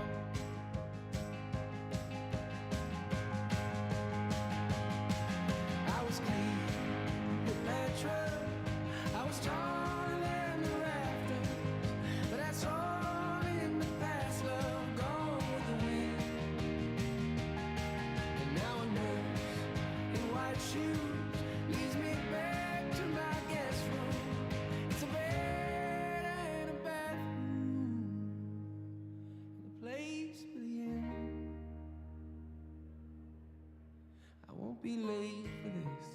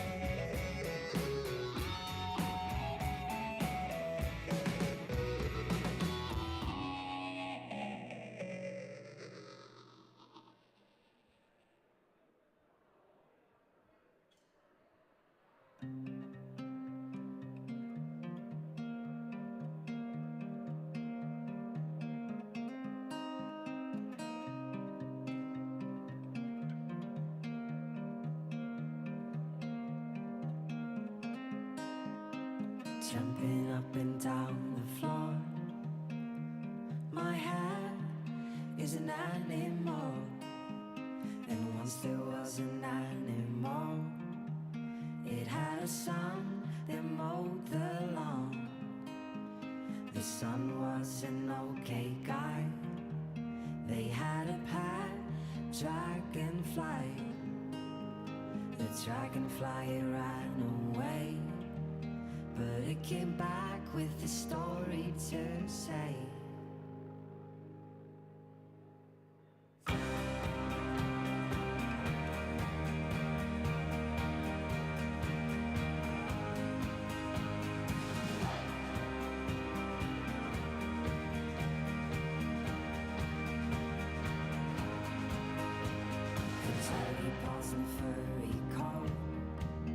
She ran down the forest floors, the forest of talking trees. They used to sing about the birds and the bees. The bees had declared a war. The sky wasn't big enough for them all. The birds, they got help from below, from dirty ponds and the creatures of snow.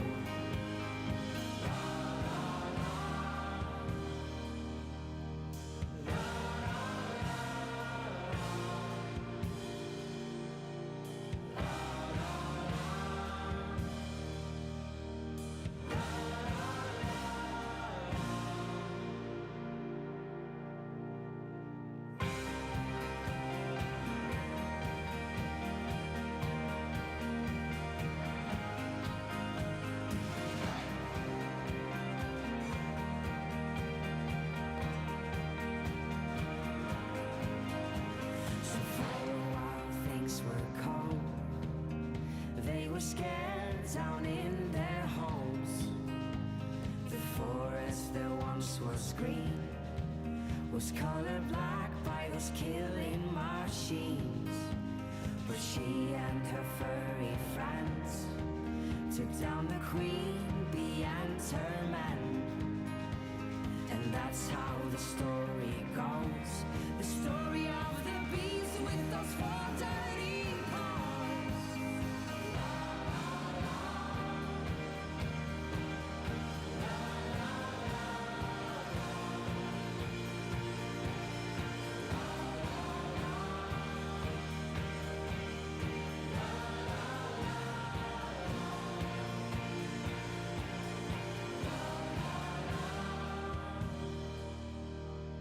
La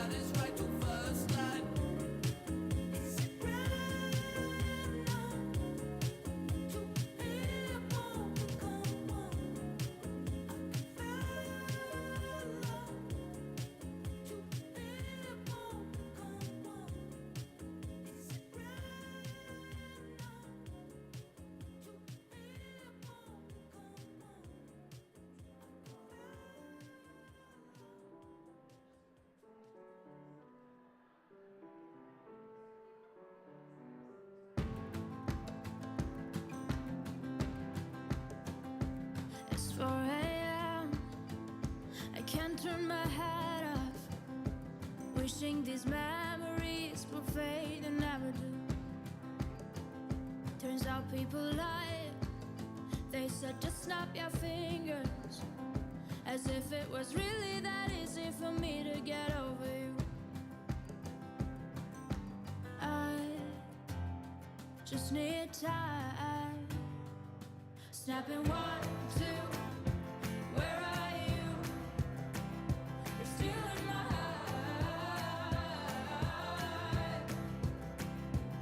Snapping 3, 4, don't need you here anymore. Get out of my heart. 'Cause I might snap.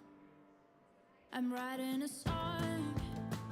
Said this is the last one. How many last songs are left? I'm losing count. Since June 22nd, my heart's been on fire. I've been spending my nights in the rain trying to put it out. So I'm snapping 1, 2, where are you? You're still in my heart. Snapping 3, 4, don't need you here anymore. Get out of my heart. 'Cause I might snap. 'Cause I might snap. And if one more person says you should get over it, oh, I might stop talking to people before I snap, snap, snap.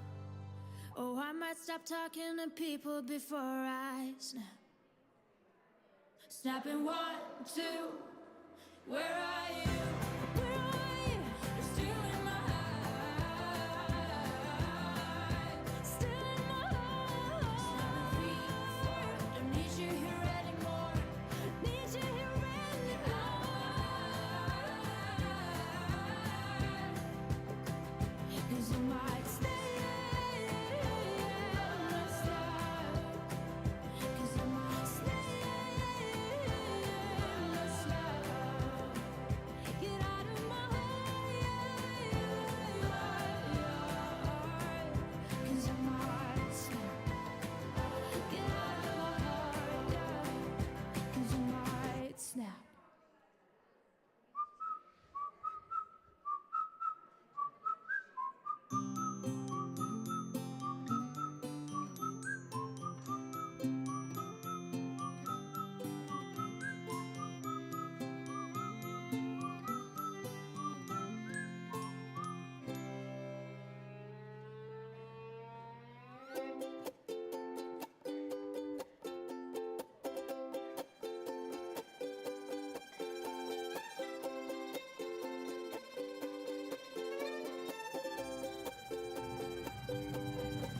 Oh well, in 5 years' time we could be walking around a zoo with the sun shining down over me and you, and there'll be love in the bodies of the elephants too. And I'll put my hands over your eyes, but you'll peek through, and there'll be sun, sun, sun all over our bodies, and sun, sun, sun all down our necks, and there'll be sun, sun, sun all over our faces, and sun, sun, sun.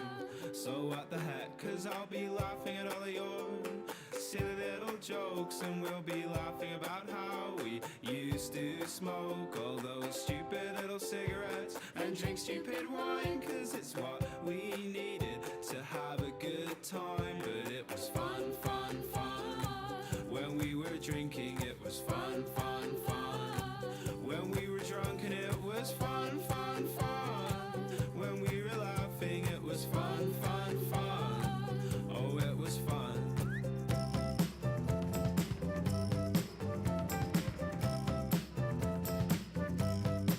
Oh, well, I'll look at you and say it's the happiest that I've ever been, and I'll say I no longer feel I have to be James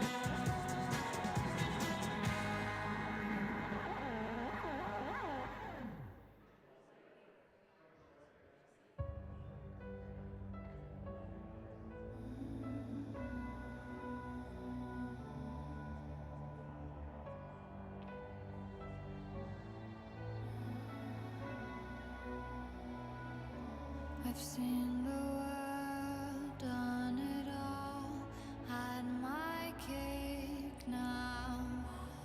Diamonds brilliant and Bel Air now. Hot summer nights, mid-July, when you and I were forever wild. The crazy days, city lights, the way you'd play with me like a child. Will you still love me when I'm no longer young and beautiful? Will you still love me when I got nothing but my aching soul? I know you will, I know you will, I know that you will. Will you still love me when I'm no longer beautiful? I've seen the world, lit it up as my stage now. Channeling angels in the new age now. Hot summer days, rock and roll, the way you play for me at your show, and all the ways I got to know your pretty face and electric soul. Will you still love me when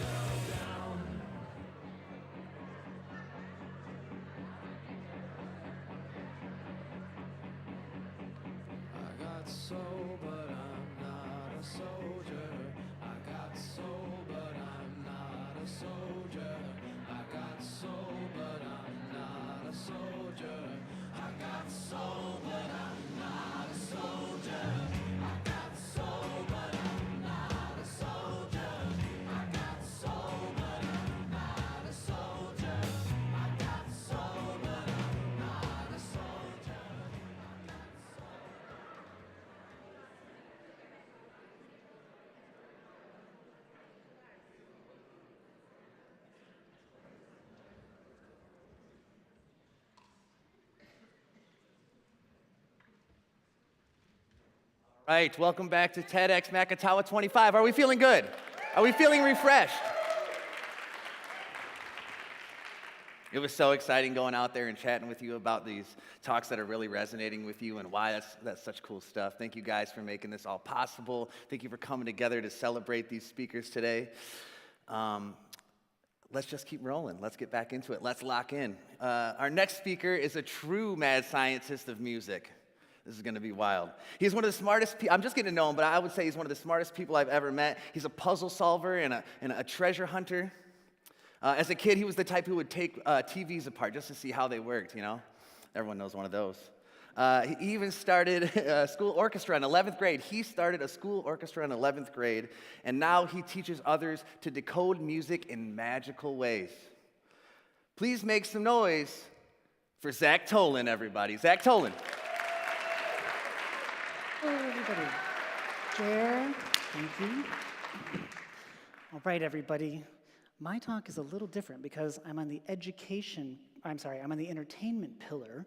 And so mine will have a little bit more audience interaction. And I want to give you guys a chance to warm up with one section that I want you to interact with in the middle. Sound okay? Okay. Now, what we're going to do is count to 7. All right? And it's going to go like this. I'm going to say 1, 2, and then what you have to do is count the numbers with me up to 7. Can we give it a try? All right, here we go. So I'll say 1, 2, 3, 4, 5, 6, 7, and then you guys can stop counting, and I'm going to go to the next part. Okay? Sound good? You guys want to try it one more time? A little bit louder. Here we go. 1. Sorry. Wait. Oh, I messed it up. Hold on. Here we go. One more time. 1, 2, 3, 4, 5, 6, 7. Perfect. All right. Very good. All right. We're ready to start.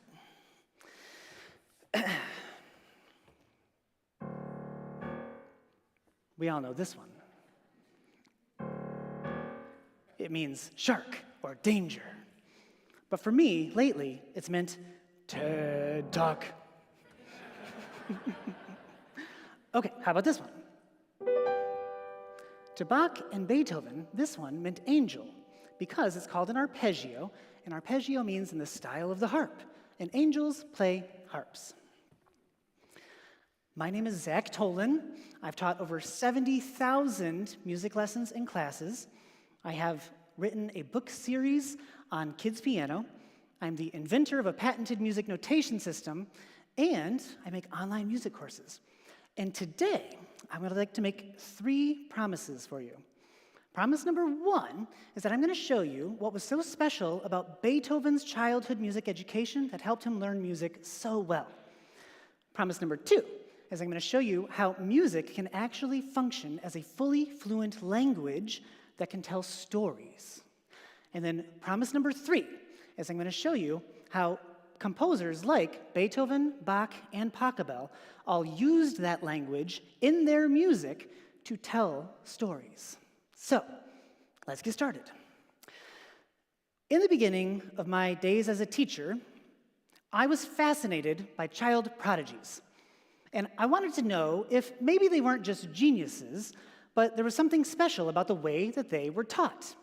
And so I made an important logical leap, and I decided that the best way to figure out how Beethoven became Beethoven wasn't going to be to study everything that Beethoven composed, but instead, it was going to figure out how he studied what he studied. And I would like to compare this to cake. Because when a baker wants to make a cake, they don't take a cake that has already been made. Instead, they have to take a step back and look at the ingredients and find the recipe that made that cake. And so, let's see. Now, in the case of Beethoven, it was actually very easy to find the set of ingredients because his very own teacher publishes in 1783 in a music journal the very first time we ever hear the name of Beethoven, and he says, Louis Beethoven, a boy of age 11. He plays the piano very powerfully, and the main thing he plays is the well-tempered clavier of Sebastian Bach. So all you need to know about the well-tempered clavier is that it's pretty much encyclopedic in its scope. And what I was surprised to find was that it's already considered one of the most important keyboard works in all of Western music history. So that made me wonder, if we know what it is, and so many people have studied it, then why don't we see more little Beethoven cakes just popping up all over the place? And the answer is because for 300 years, the world has been missing the key ingredient that helps Beethoven learn so well. And not just Beethoven, but is actually fundamental to how all of us learn so well. And that key ingredient is story. Now, you might be wondering, for music to tell a story, wouldn't it need a language? And that leads me to promise number 2, where I'd like to show you how music actually already has all it needs to function as a fully fluent language. Now, you might be thinking, okay, Zach, but how much of a story could you possibly tell through just sound? To which I'd like to point out that so far, everything I've communicated to you all so far today has been through just sound. In fact, we are so fluent at communicating through sound that we forget that what we're actually doing is using a symbolic system.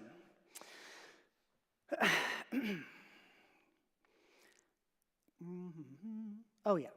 Now, it's that connection between sound and the nature of human learning that might just have something to do with why the more a student studies instrumental music, the better they tend to perform on almost every other metric.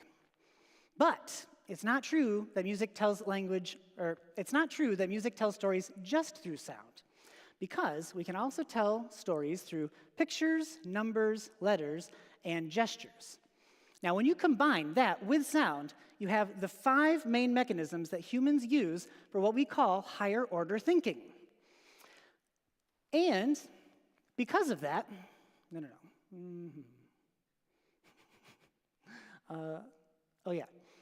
in other words, we are deeply symbolic thinkers.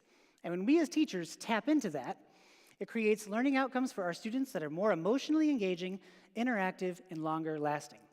And that brings me to promise number 3, where I'd like to show you that the main mechanisms,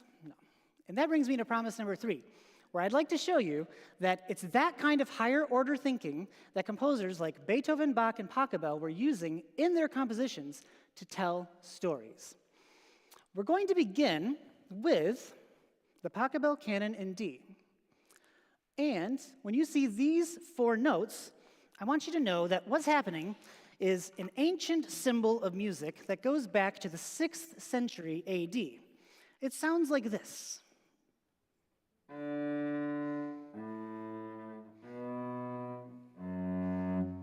Now, what Pachelbel is doing with those famous 4 notes is like a musical dot to dot, where he's drawing a line from his head to his chest and shoulder to shoulder to make the sign of the cross. Remember, Pachelbel was writing music in the context of the church. And with these 4 notes, what's happening is we have a line from the 1st to the 4th and the 2nd to the 3rd. Now, I personally had a hard time believing this one when I first read about it. And then I started reading a musician named Albert Schweitzer, who described what he called as a serpent motif. Oops, back one. Here we go. These first few notes sound like this. And that is not the beginning of Beethoven's Für Elise. This is the beginning of Bach's Prelude in A minor.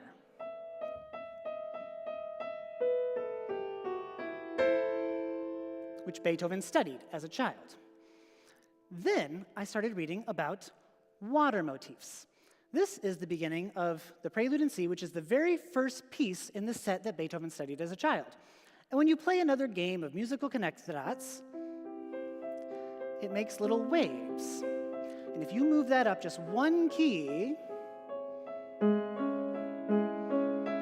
comes Beethoven's Moonlight Sonata, which is another game of musical connect the dots. And it also makes water motifs. So when Beethoven was writing music, he wasn't just borrowing melodies from the set he studied, he was borrowing imagery.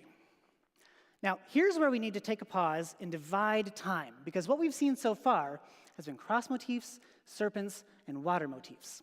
And those three are well established from the Middle Ages. What's new is what I'm going to show you here. This is measure number 34 of a piece that starts like this. And when I was playing this, I thought, man, it sure sounds like a storm. And I wondered, what if it's not just a storm, but what if it's like the storm? What if it's the flood? And so I thought, if it's the flood, shouldn't it have the boat, like the ark? Well, here's measure number 34.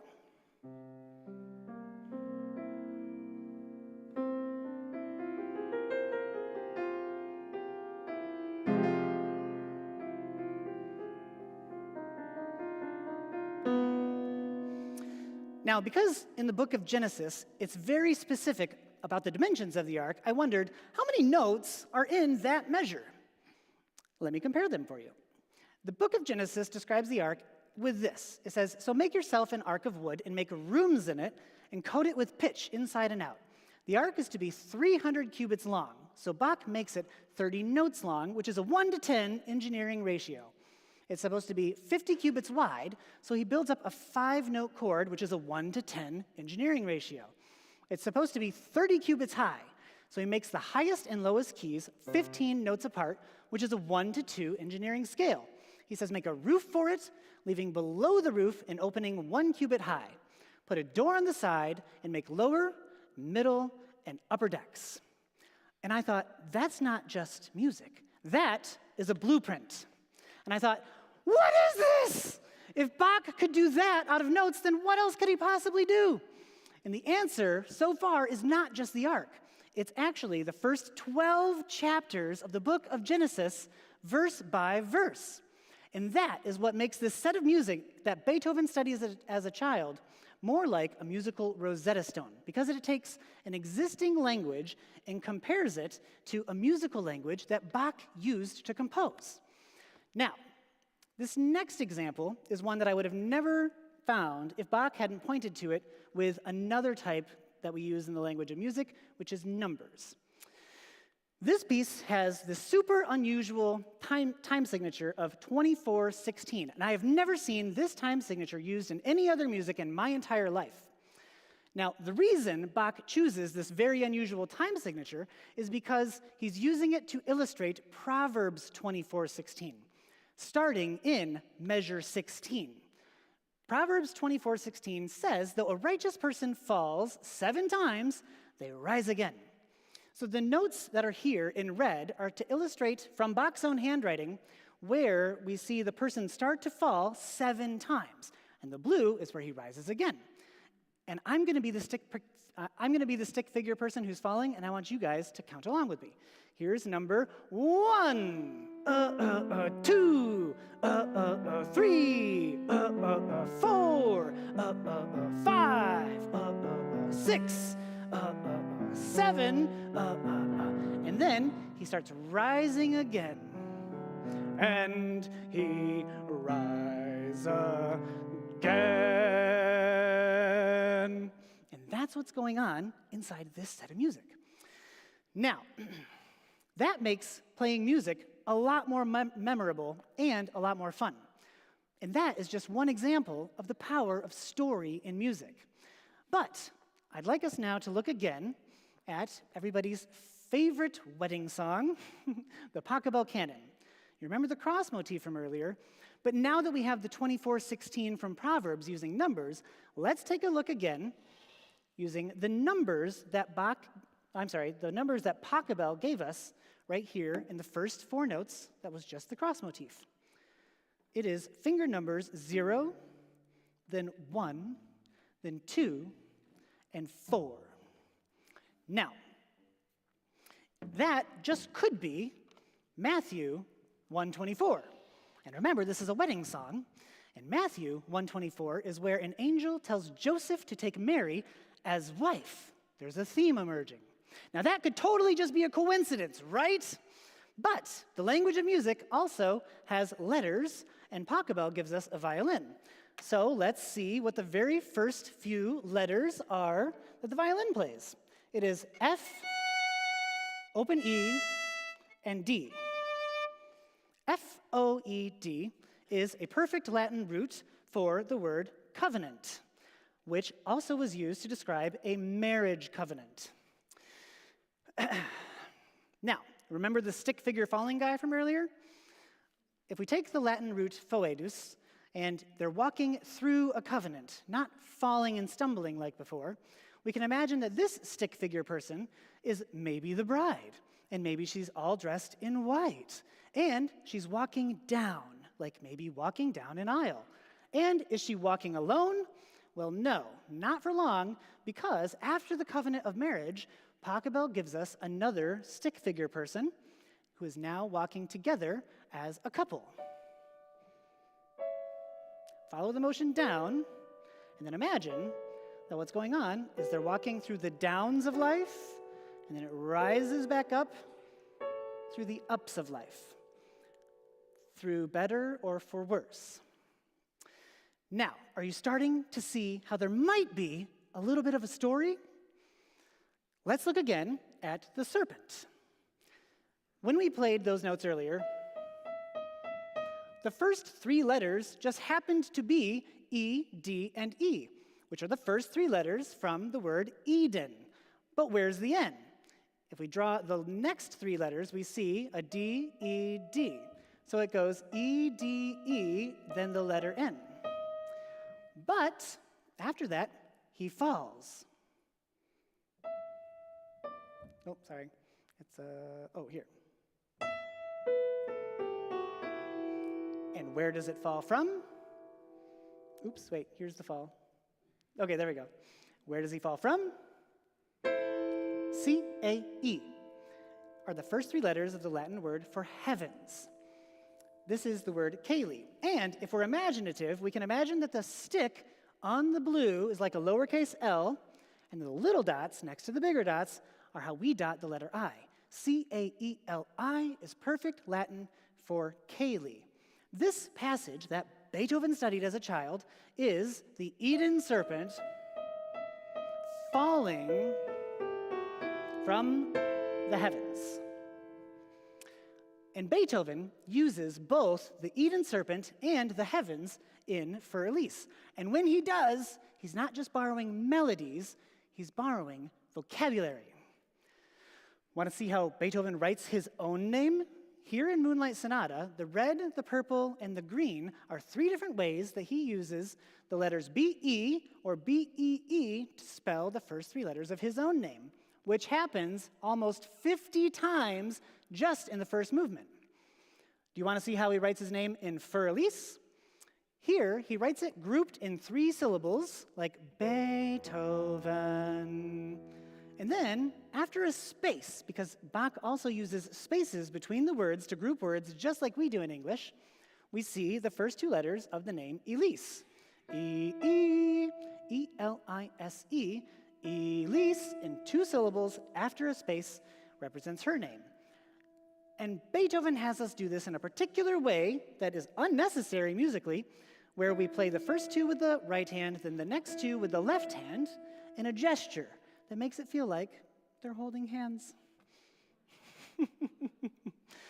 Then, in a sudden switch, he makes us play these two little notes.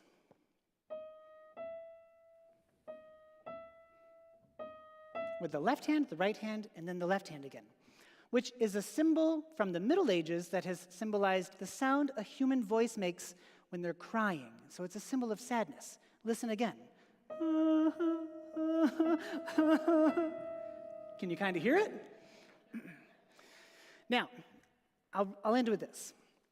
I was showing this to a friend of mine one day, whose students are in my program, and I said, dude, this is going to seem weird, but I know this is a symbol of sadness, but when I play it, I also feel like I'm wiping tears off the keys. And he said, dude, that's not weird. That's sign language for crying. And he goes like this.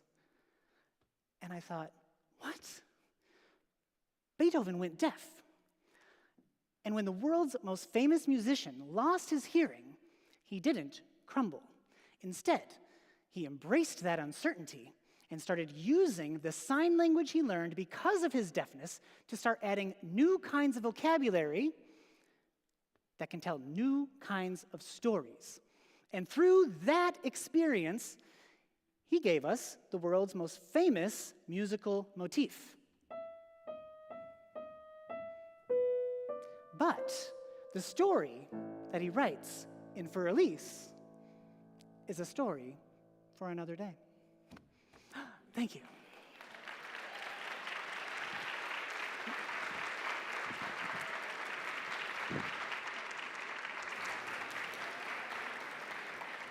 Keep it going for Zach Tolan, everybody.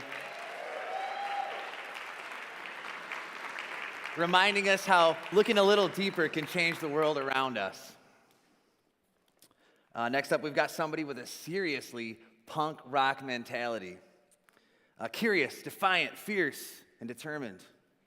She's on a mission to help people take control using AI to push back against broken insurance systems. Please welcome Stephanie Wright.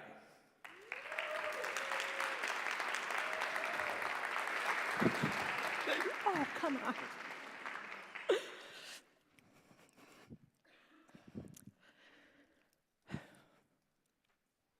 Have you ever thought, why speak up?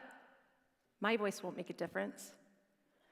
I'm here to prove your voice, it's more powerful than you think.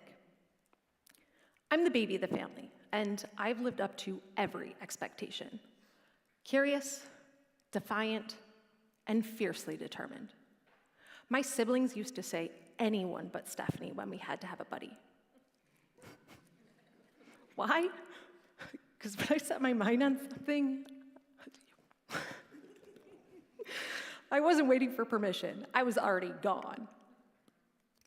That same determination brought me here today to challenge one of the most dangerous myths in modern healthcare. That medical and dental insurance will cover the care we need. Because here's the thing, medical and dental insurance are not insurance at all. Not by the dictionary definition, and not by how any other insurance works. We have auto for an accident, homeowners for a fire, and even life when we have a loss.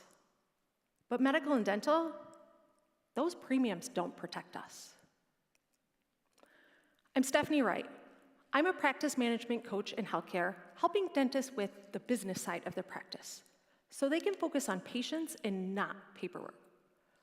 This includes coaching their team on how to help patients better understand their dental benefits, but more importantly, how to push back when their care gets denied. Despite what most believe, doctors learn nothing about insurance in school. They're trained to diagnose, treat, and heal, not to decode an insurance algorithm. And even if they were, there's no time. In the US, we have over 1,600 patients to one doctor. That's already crushing workload before a single denial letter comes in. So if your care is delayed or denied, it isn't because your doctor doesn't care. It's because of a system designed to make even the most committed doctor look like the enemy. Whether you're a single household or 19 kids and counting, you have more bandwidth to fight insurance than your doctor.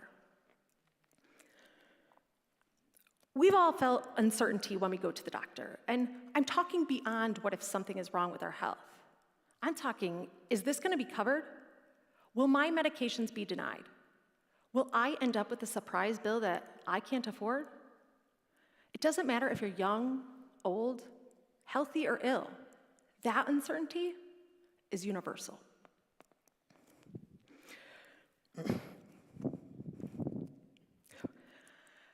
As an Ashkenazi Jewish woman with a family history of breast cancer, I'm considered high risk. So I started mammograms at the age of 30. And because I have dense breast tissue, I have to have 3D mammograms. But insurance, they only want to pay for the cheaper 2D one. So basically, I have to have twice the amount of boob torture, and the privilege of paying for it. In 2021, at just 37 years old, a benign lesion with precancerous indicators was found on my right breast. I immediately asked for preventative breast removal and was denied. The recommendation, let's keep an eye on it, which is code for let's wait until it gets worse. I already told you, the baby of the family, waiting is not in my game. At the time, I only knew how to navigate the complexities of dental insurance, not medical. I used Google, Grammarly, and pure tenacity to fight for MRIs in rotation with mammograms every 4 months, and won. 18 months later, an MRI found not one, but 2 forms of cancer on my left breast. The cancer was so far back in my axillary tissue, my oncologist said I might have had it for 2 to 3 years before a mammogram would discover it. Today, I'm cancer-free. I'll never know how far it might have spread because I didn't wait. In that moment, that changed everything. And my voice became a megaphone. I began sharing loudly and unapologetically on social media about how corporate greed fuels denied care, and patients don't have to settle for it. This drew the attention of a billion-dollar company, Delta Dental of Michigan, who served me a cease and desist, and not for breaking the law. It was an effort to silence me for speaking out against a system that's designed to profit from our sickness and our silence. Delta Dental cited my social media where I called them out for practicing medicine without a license and education by means of arbitrary denials and downgrades on care a doctor already deemed necessary, and without ever looking at the patient's chart.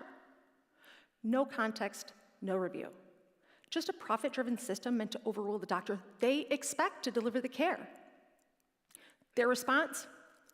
We do not practice dentistry, and we never make decisions on behalf of the patient. Whether or not a particular treatment is covered does not prevent the patient or the dentist from choosing it.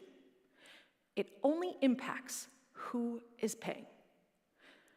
So, they don't provide the care, and they don't pay for the care. What are they doing?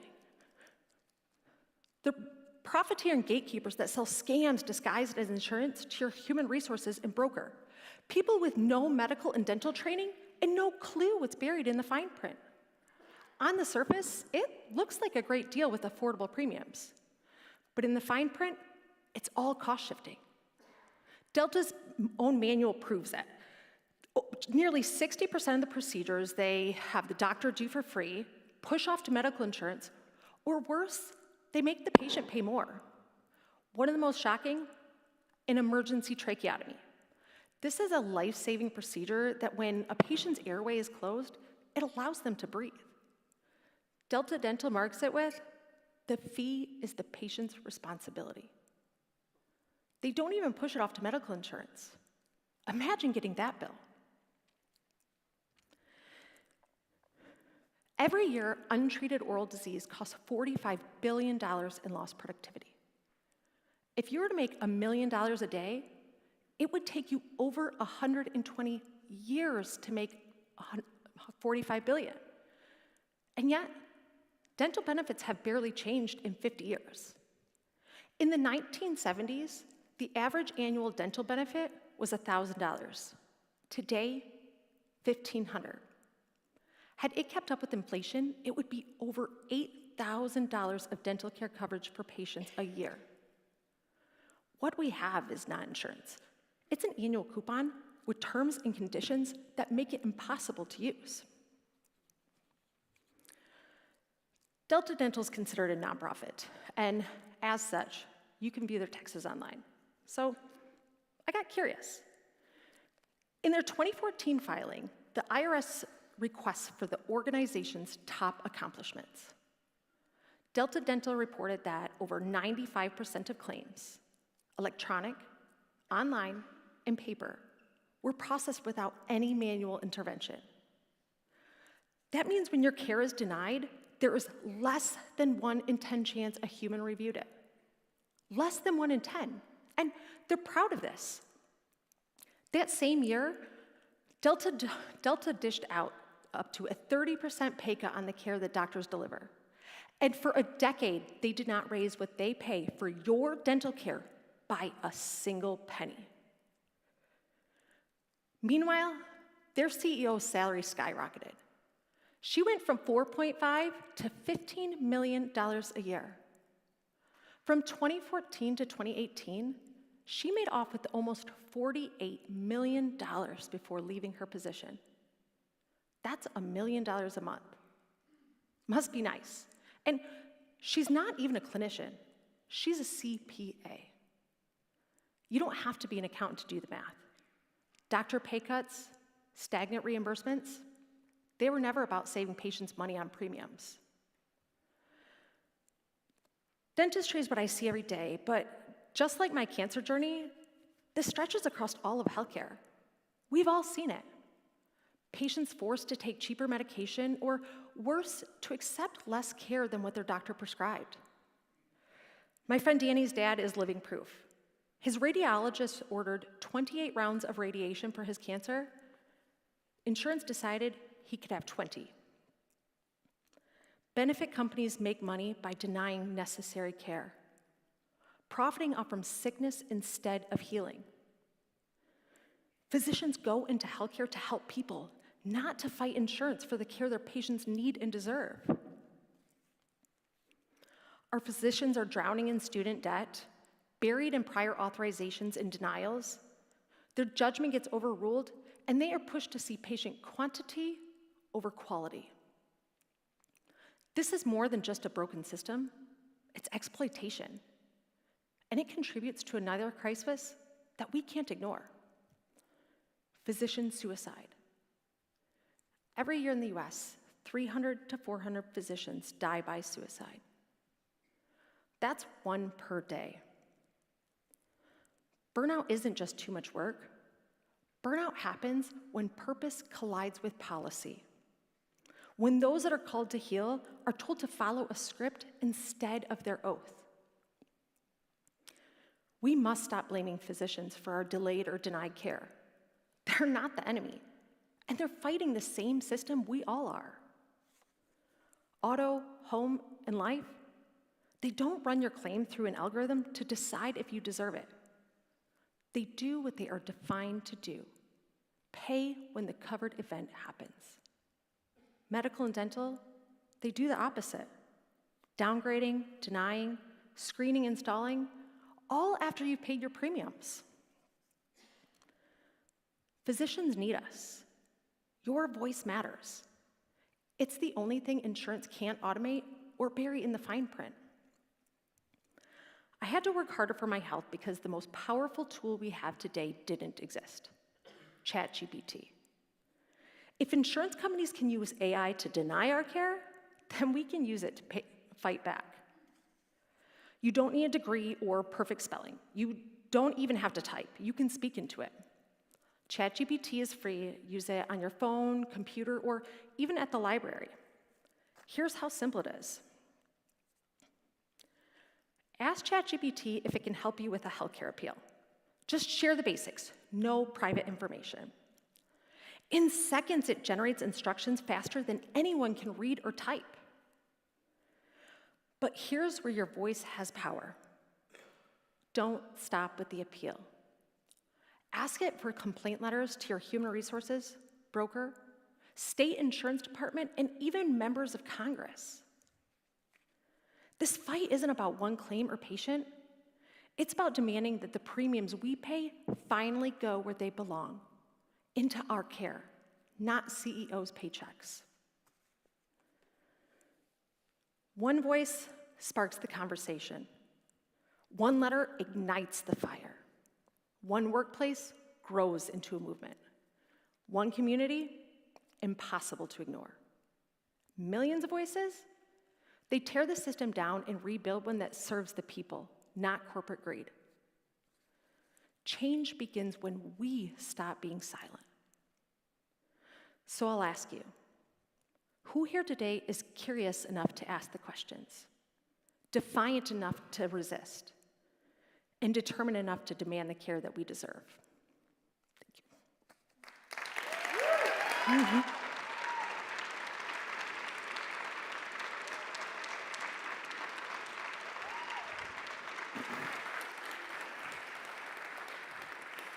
A big thank you to Stephanie for reminding us that we can fight back and we can take control in life. Next on stage is someone kind, gentle, and welcoming, but also powerful. She challenges the stories we tell ourselves about aging and helps people see things just a little bit differently. Please welcome to the stage, Jill Versteg, everybody. Jill Versteg. Thank you, Jer.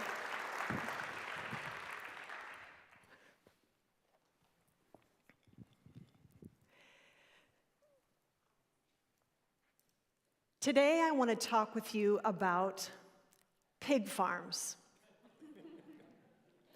I attended a Northwestern College visitation day in January of 1992, and it didn't take me long to realize that this was where I wanted to spend the next 4 years of my life. My parents drove me to Northwest Iowa that following August. We were excited, we were a little sad, and we were eager. And as I got out of my dad's milky gray Buick LeSabre with a trailer in tow, I stretched and I took a deep breath in. Oh! When was the last time you said to yourself, "What smells?" Friends, it stunk to high heaven. Now, to be clear, I did not smell this putrid stank 8 months earlier when I had my college visitation day. Not just one pig farm, but 20 of them surrounded my small college. And if you need a sample, take Grafskop to Blue Star Highway, cross over that bridge, and you'll know exactly what I'm talking about. In concentrated form, that stench filled my nose, my throat, my lungs, my clothes, and I thought to myself, what the heck am I doing in Northwest Iowa? I did not want to be there. Now, in all transparency, my college roommate and lifelong friend grew up on a pig farm and married a pig farmer, so I love my pig farmers. Today, 30 years later, Northwest Iowa has grown from a rural part of the world that produced agricultural animals for food and byproducts into the Silicon Valley of biopharmaceutical technology. How did this happen? By reimagining the way we think about pigs. In learning how to better care for pigs, they learned how to better care for people as well. New discoveries emerged, like antibodies and enzymes, that led to even more new discoveries, like organs for transplant and cells to treat liver disease. By reimagining what we avoid, like the smell that assaults our senses, or the idea of becoming old, we can change the way we age. My name is Jill Versteg, and I am the president and CEO of Evergreen Commons, an organization focused on disrupting the way people age. We don't like aging. We associate aging with this idea of decline. We have inherited language about aging that is in fact tired and worn out. And every time we use this language, we reinforce the idea that aging is about deterioration. Scott Galloway, professor and podcast host at NYU's Stern School of Business, uses the word FIPS, formerly important people, to describe aging. I'd like to suggest today a hermeneutical shift from aging as the end of things to instead a season of human optimization. Sociologists call this shift in thinking revalorization. Revalorization is when a practice, a tradition, or an object once formerly disregarded or devalued, now being given new value. And in our case for today, I want us to imagine a revalorization of aging as a journey not only of living longer, but living better for longer. So let me offer you today 3 drivers of the revalorization of aging. Here's the first: a growth mindset over a fixed mindset. Cognitive psychologist Carol Dweck describes growth-minded people as those who believe they can develop their intelligence, versus fixed-minded people who believe their intelligence is static. And it all starts with your inner voice. Which one are you? I'm not good at that. I'm going to stop trying. Or, you know what? I haven't mastered this yet. I'm going to try a new approach. There is agency in a growth mindset. There is a gritty resilience and a cultivated curiosity to growth mindset people.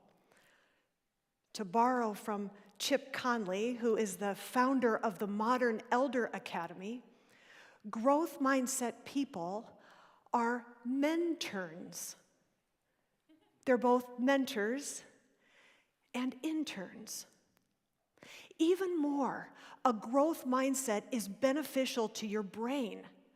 It's called neuroplasticity, which means that we can actually rewire our brain by creating new neural pathways. So the sooner we start changing our thinking about aging, we individually grow that mindset. And the more we do this as a community of growth mindset people, then the more we become biased in a really good way toward this thinking about aging.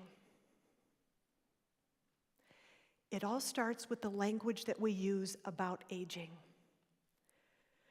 Try this language on. I am an explorer. I am a builder.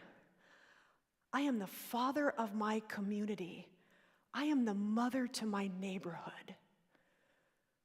What does new language do to your imagination?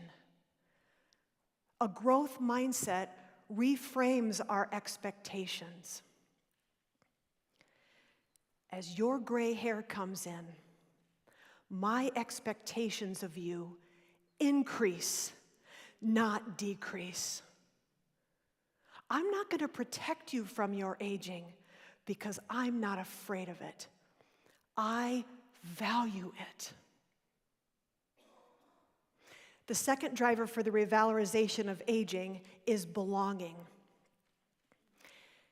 In his book, Bowling Alone, Harvard public policy researcher Robert Putnam documented the decline of the American community. And now, 25 years later, after that book was written, the U.S. Resources and Service Administration has declared a loneliness epidemic, citing the increased phenomenon of fewer friendships and strained relationships. Even more, the U.S. Labor and Statistics Bureau has noted that as people age, they spend more and more time alone. Loneliness has been shown to increase the risk of cardiovascular disease, dementia, depression, and even an increase in mortality.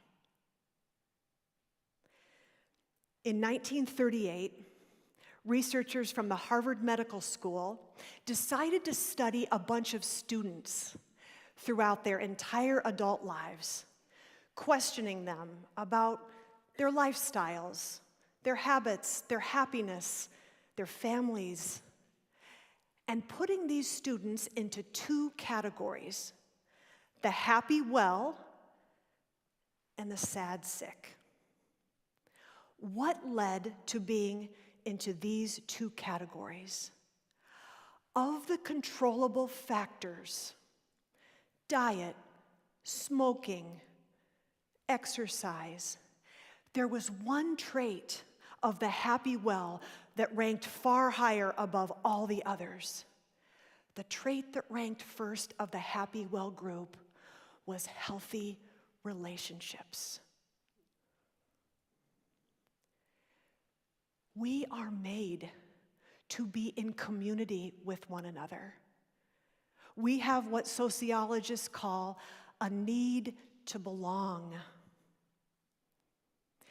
In Okinawa, Japan, families put children in lifelong friendship circles called moesis. These are built-in support systems that last through all of adult life. Today, in Okinawa, there's a group of women that gather every night to drink sake and to socialize. What about your moesis? Who are the people in your world who know you from the inside out with all tenderness and generosity? It is true that not only do we get by with a little help from our friends, thank you Paul McCartney and John Lennon, but we actually increase our life and our health span, research says, by up to 8 years by cultivating healthy relationships. The third driver for the revalorization of aging is purpose. Eric Kim, a scientist at the T.H. Chan Harvard School of Public Policy, discovered that older adults who lived with the highest intentional purpose decreased their mortality by 46%. Those who live with intentional purpose have a decrease of cardiovascular disease, sleep problems, dementia, and depression. Purpose matters. It's your why, it's your conscious way of being. Even more, purpose is linked to cognitive resilience. In tests of verbal memory and fluency and executive function, older adults who had lived out of a sense of purpose scored higher. Even more, adults who have a sense of purpose in their life age slower biologically. Why? These are the people who make intentional lifestyle choices that affect their diet, their sleep, their exercise, therefore decreasing chronic stress and inflammation, both of which accelerate aging. Purpose. The National Institute of Health recently found that older adults between the ages of 65 and 92, when they lived out of their sense of purpose, they lived 7 years longer.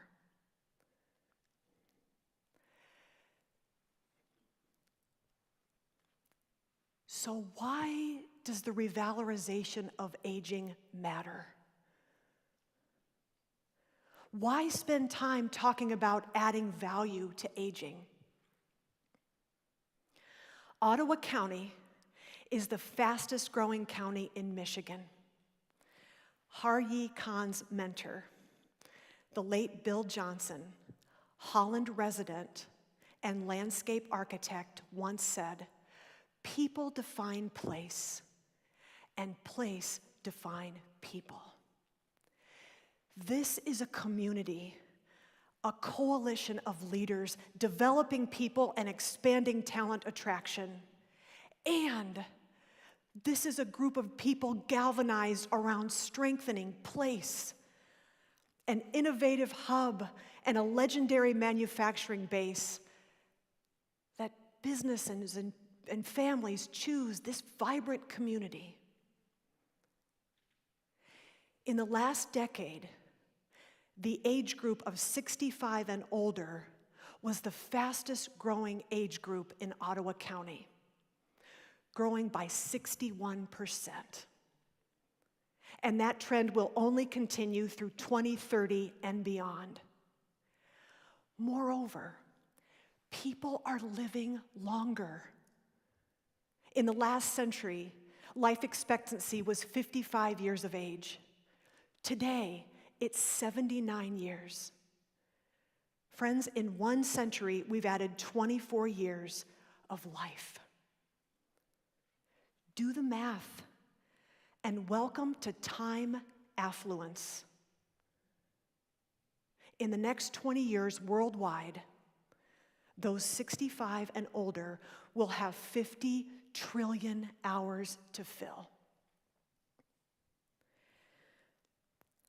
Now, imagine with me a reframe of Scott Galloway's FIPS, formerly important people. This community is filled with experienced and trailblazing older adults whose channeled purpose can be the fuel behind business leaders, nonprofit work, education, and startups, strategizing and solving problems, mentoring and lifting, taking this community to a new level in ways that we never could have imagined. And turning the FIPS from formerly important people to forever important people. In Northwest Iowa, they redefined pig farms. In Holland, Michigan, we can redefine aging with a growth mindset, cultivating belonging, and living out of our intentional purpose. So let's together make Holland a revalorization of aging zone. Thank you.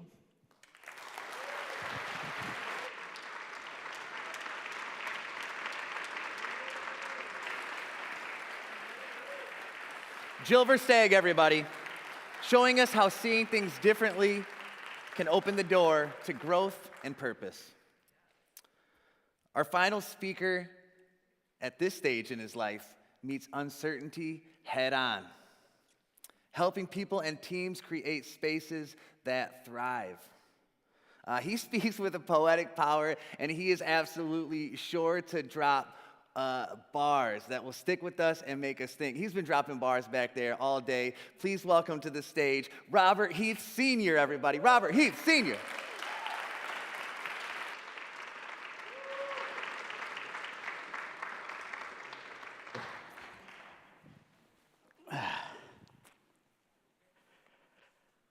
Embracing uncertainty.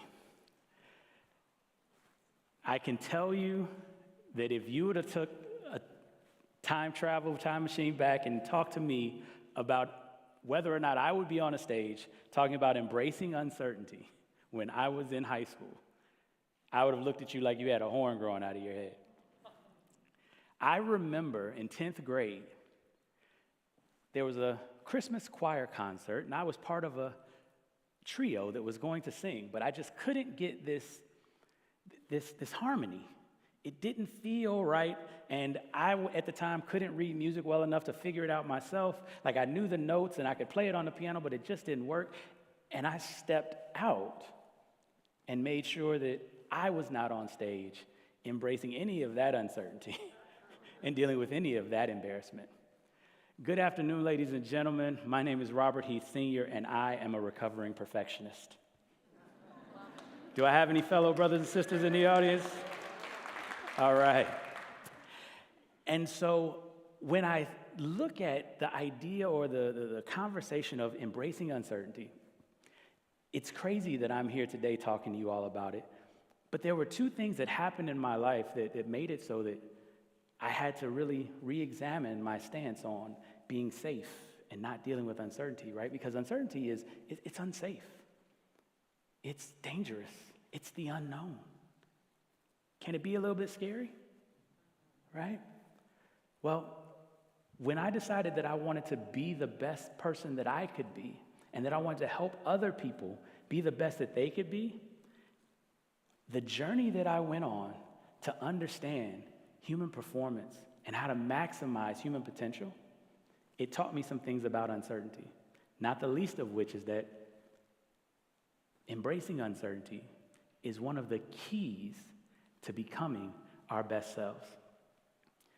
And then that made me realize that I had to figure out how to embrace uncertainty. Lions and tigers and bears, oh my. And one of the things that I've found in the over 30 years now that I've been studying human performance is that bravery and creating brave spaces is one of the best ways for us to be able to embrace that uncertainty, to build connection with one another, and to become our best selves. So I want to ask you a question today.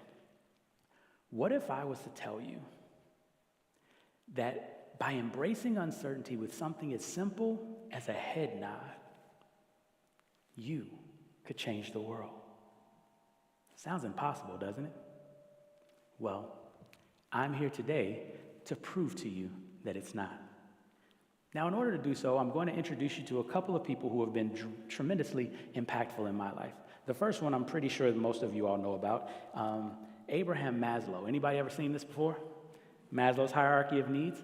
Well, one of the key things about this from safety to bravery that I learned from Maslow is that there are certain survival needs that are extremely important that we need to take care of, but they're not necessarily sufficient to just focus on those needs if we want to be our best selves.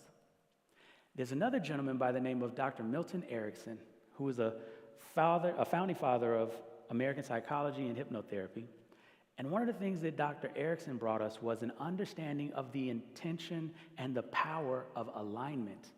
As a matter of fact, Dr. Erickson felt that much of the mental distress as well as our self-sabotaging behaviors can be tracked back to a misalignment between our conscious minds and our subconscious minds, and our inability to get those back into alignment.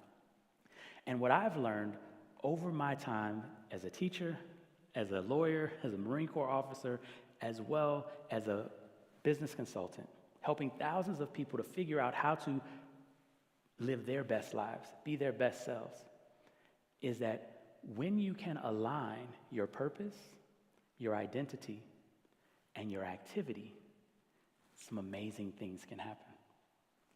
Now, I'm not just saying it because, right, I read it in books. I'm standing here before you today as a testament to the power of embracing uncertainty. I've been a martial artist. I've been a national champion. I've run a marathon. I made it through the Marine Corps Officer Training Program as somebody who hates running and wasn't the strongest growing up.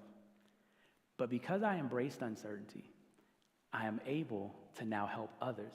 And what I want to talk to you about today are some of the things that have kept us from being able to embrace uncertainty, how we can actually get ourselves in alignment so that our purpose, our identity, and our activity line up, and how it doesn't have to be huge actions that you do that can train that bravery muscle in you. And in doing just the small actions, you can actually change the world. Is everybody ready to go on this trip with me? All right. So a couple of things that we have to understand as we go on this road. I told you a little bit about how important bravery was in this journey. and how important it is for us to make sure that we are creating brave spaces. Now, I also told you how important safe spaces were to me when I was growing up. And safe spaces, the definition that I got from the Oxford Languages Dictionary, is a place or environment in which a person or category of people can feel confident that they will not be exposed to discrimination, criticism, harassment, or any other emotional or physical harm. This was what I loved. What? There's no risk? There's no danger? Yes, sign me up. But what I also realized was safe spaces don't exist in real life. Places where you won't be exposed to any risk or any harm are not places where you're actually interacting with people. And so what the over 40 years that we've been really focused on creating safe spaces has done to us is it's made us more anxious, more hypervigilant, more depressed, more isolated, more overwhelmed, and more lonely. As a matter of fact, the Surgeon General of the United States actually talked about the epidemic of loneliness and how loneliness has negative effects on our existence, on our health outcomes that are equivalent to smoking 15 cigarettes a day. We have more opportunity to connect than we've ever had before in the history of the world, but we're connecting less. Right? How many of you all can remember when you used to have to call long distance and watch your minutes? Otherwise, you had a huge bill, right?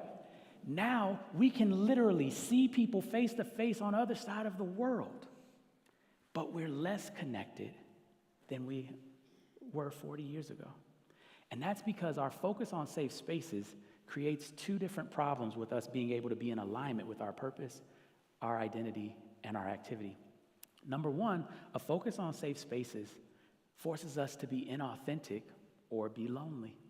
You see, I know that I have some prickly parts of my personality. And if I care about safe spaces, I won't bring me to the group. I'll bring my representative so that I can make sure that I keep the space safe for all of you, right? If I do bring me, I have to worry about whether or not you're going to accept me. And let's be honest, it's just safer to be by yourself where you can let it all hang out, isn't it? But here's the problem. We are built for connection. People without belonging struggle. As a matter of fact, think about it. In prisons, when we want to punish unruly prisoners, what do we do to them? Solitary confinement. Isolation is a punishment. It's not a way for us to be our best selves. And if we're trying to live the life that we are supposed to live and be the person that we were born to be, isolation is not the way. The other thing that focuses on safety does is it creates an identity of helplessness within us. Because here's the reality. I know that as long as we are all in agreement that this is a safe space, it's safe. But all it takes is for one of you to decide that you don't want to make it safe for me anymore. And guess what? I'm no longer in a safe space. I'm helpless to impact my reality.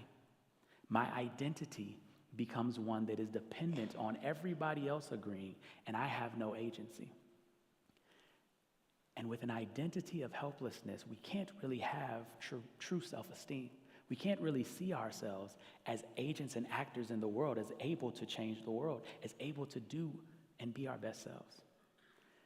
You see, focusing on safety, it definitely takes care of the bottom rung, that survival need of bodily safety.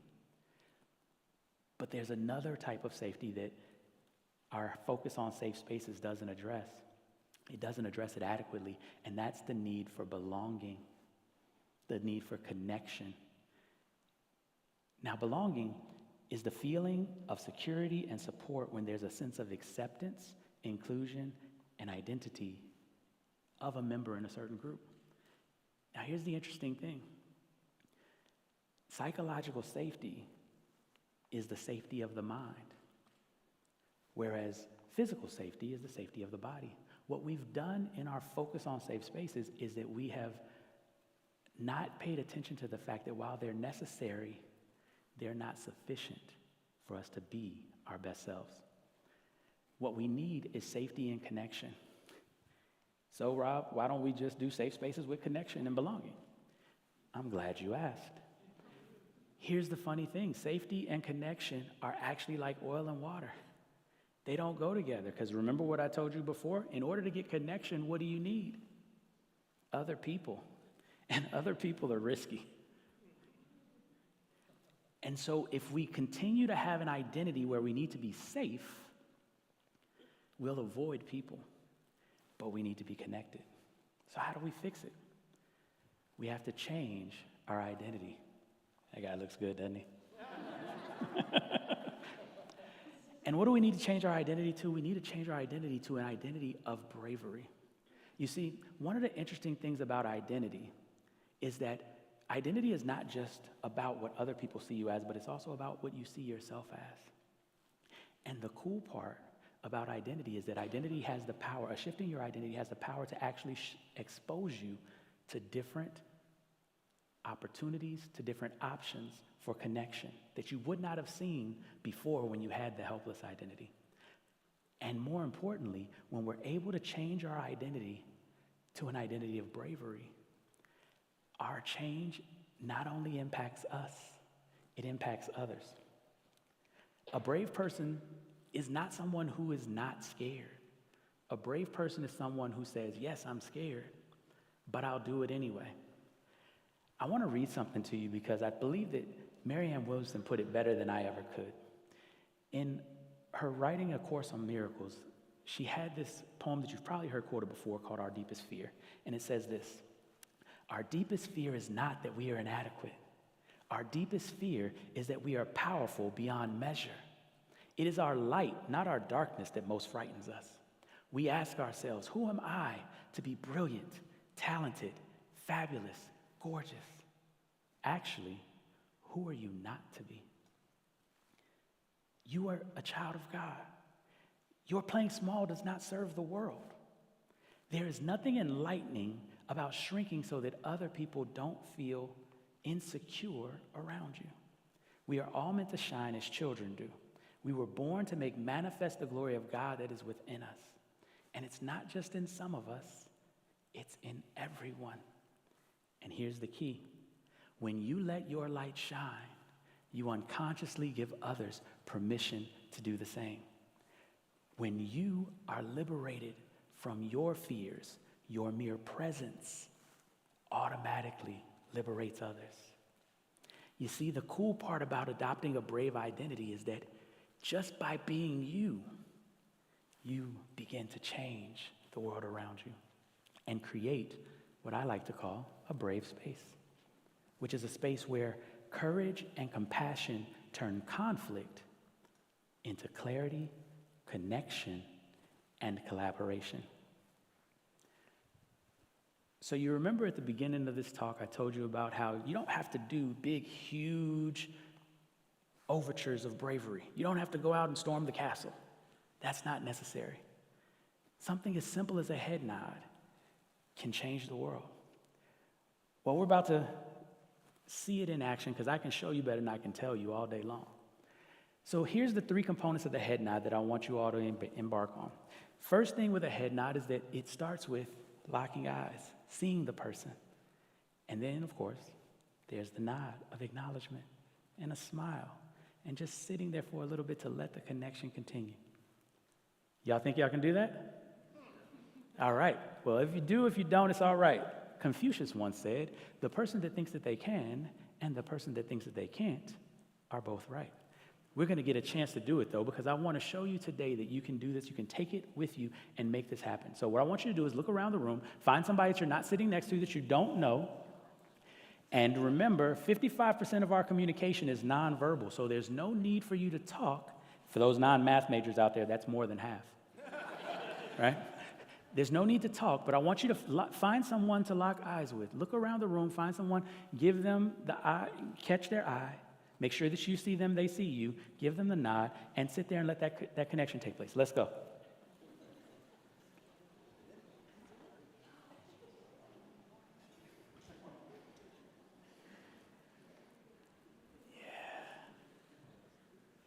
Can you feel how the energy in the room shifted just a little bit? Yeah, that's the power of connection. That's the power of aligning our activity with our identity and our purpose. You see, the key thing about the head nod is that, number one, your purpose, which is to be the best you can be, was helped by your identity, which was being brave. You had to do it. You couldn't just sit there and wait for somebody to come to you. That small little action reinforced in you that you can do hard things, that even though it was a little bit uncomfortable at first, you can make it happen. And then you communicated. You actually said a bunch of stuff to someone. Remember 55%? You said things like, I see you, you matter, you belong, and you are safe with me. And that other person felt it. You connected. And in that connection, you also helped them to see themselves differently. So see, just with a head nod, you can change the world. Now that you have this power, what are we going to do with it? Well, the great Dr. Martin Luther King said that life's most urgent and persistent question is, what can we do for others? And I want you to leave this auditorium knowing that what you can do is simply be you. Continue to be brave, my friends, and build connection everywhere you go. Thank you.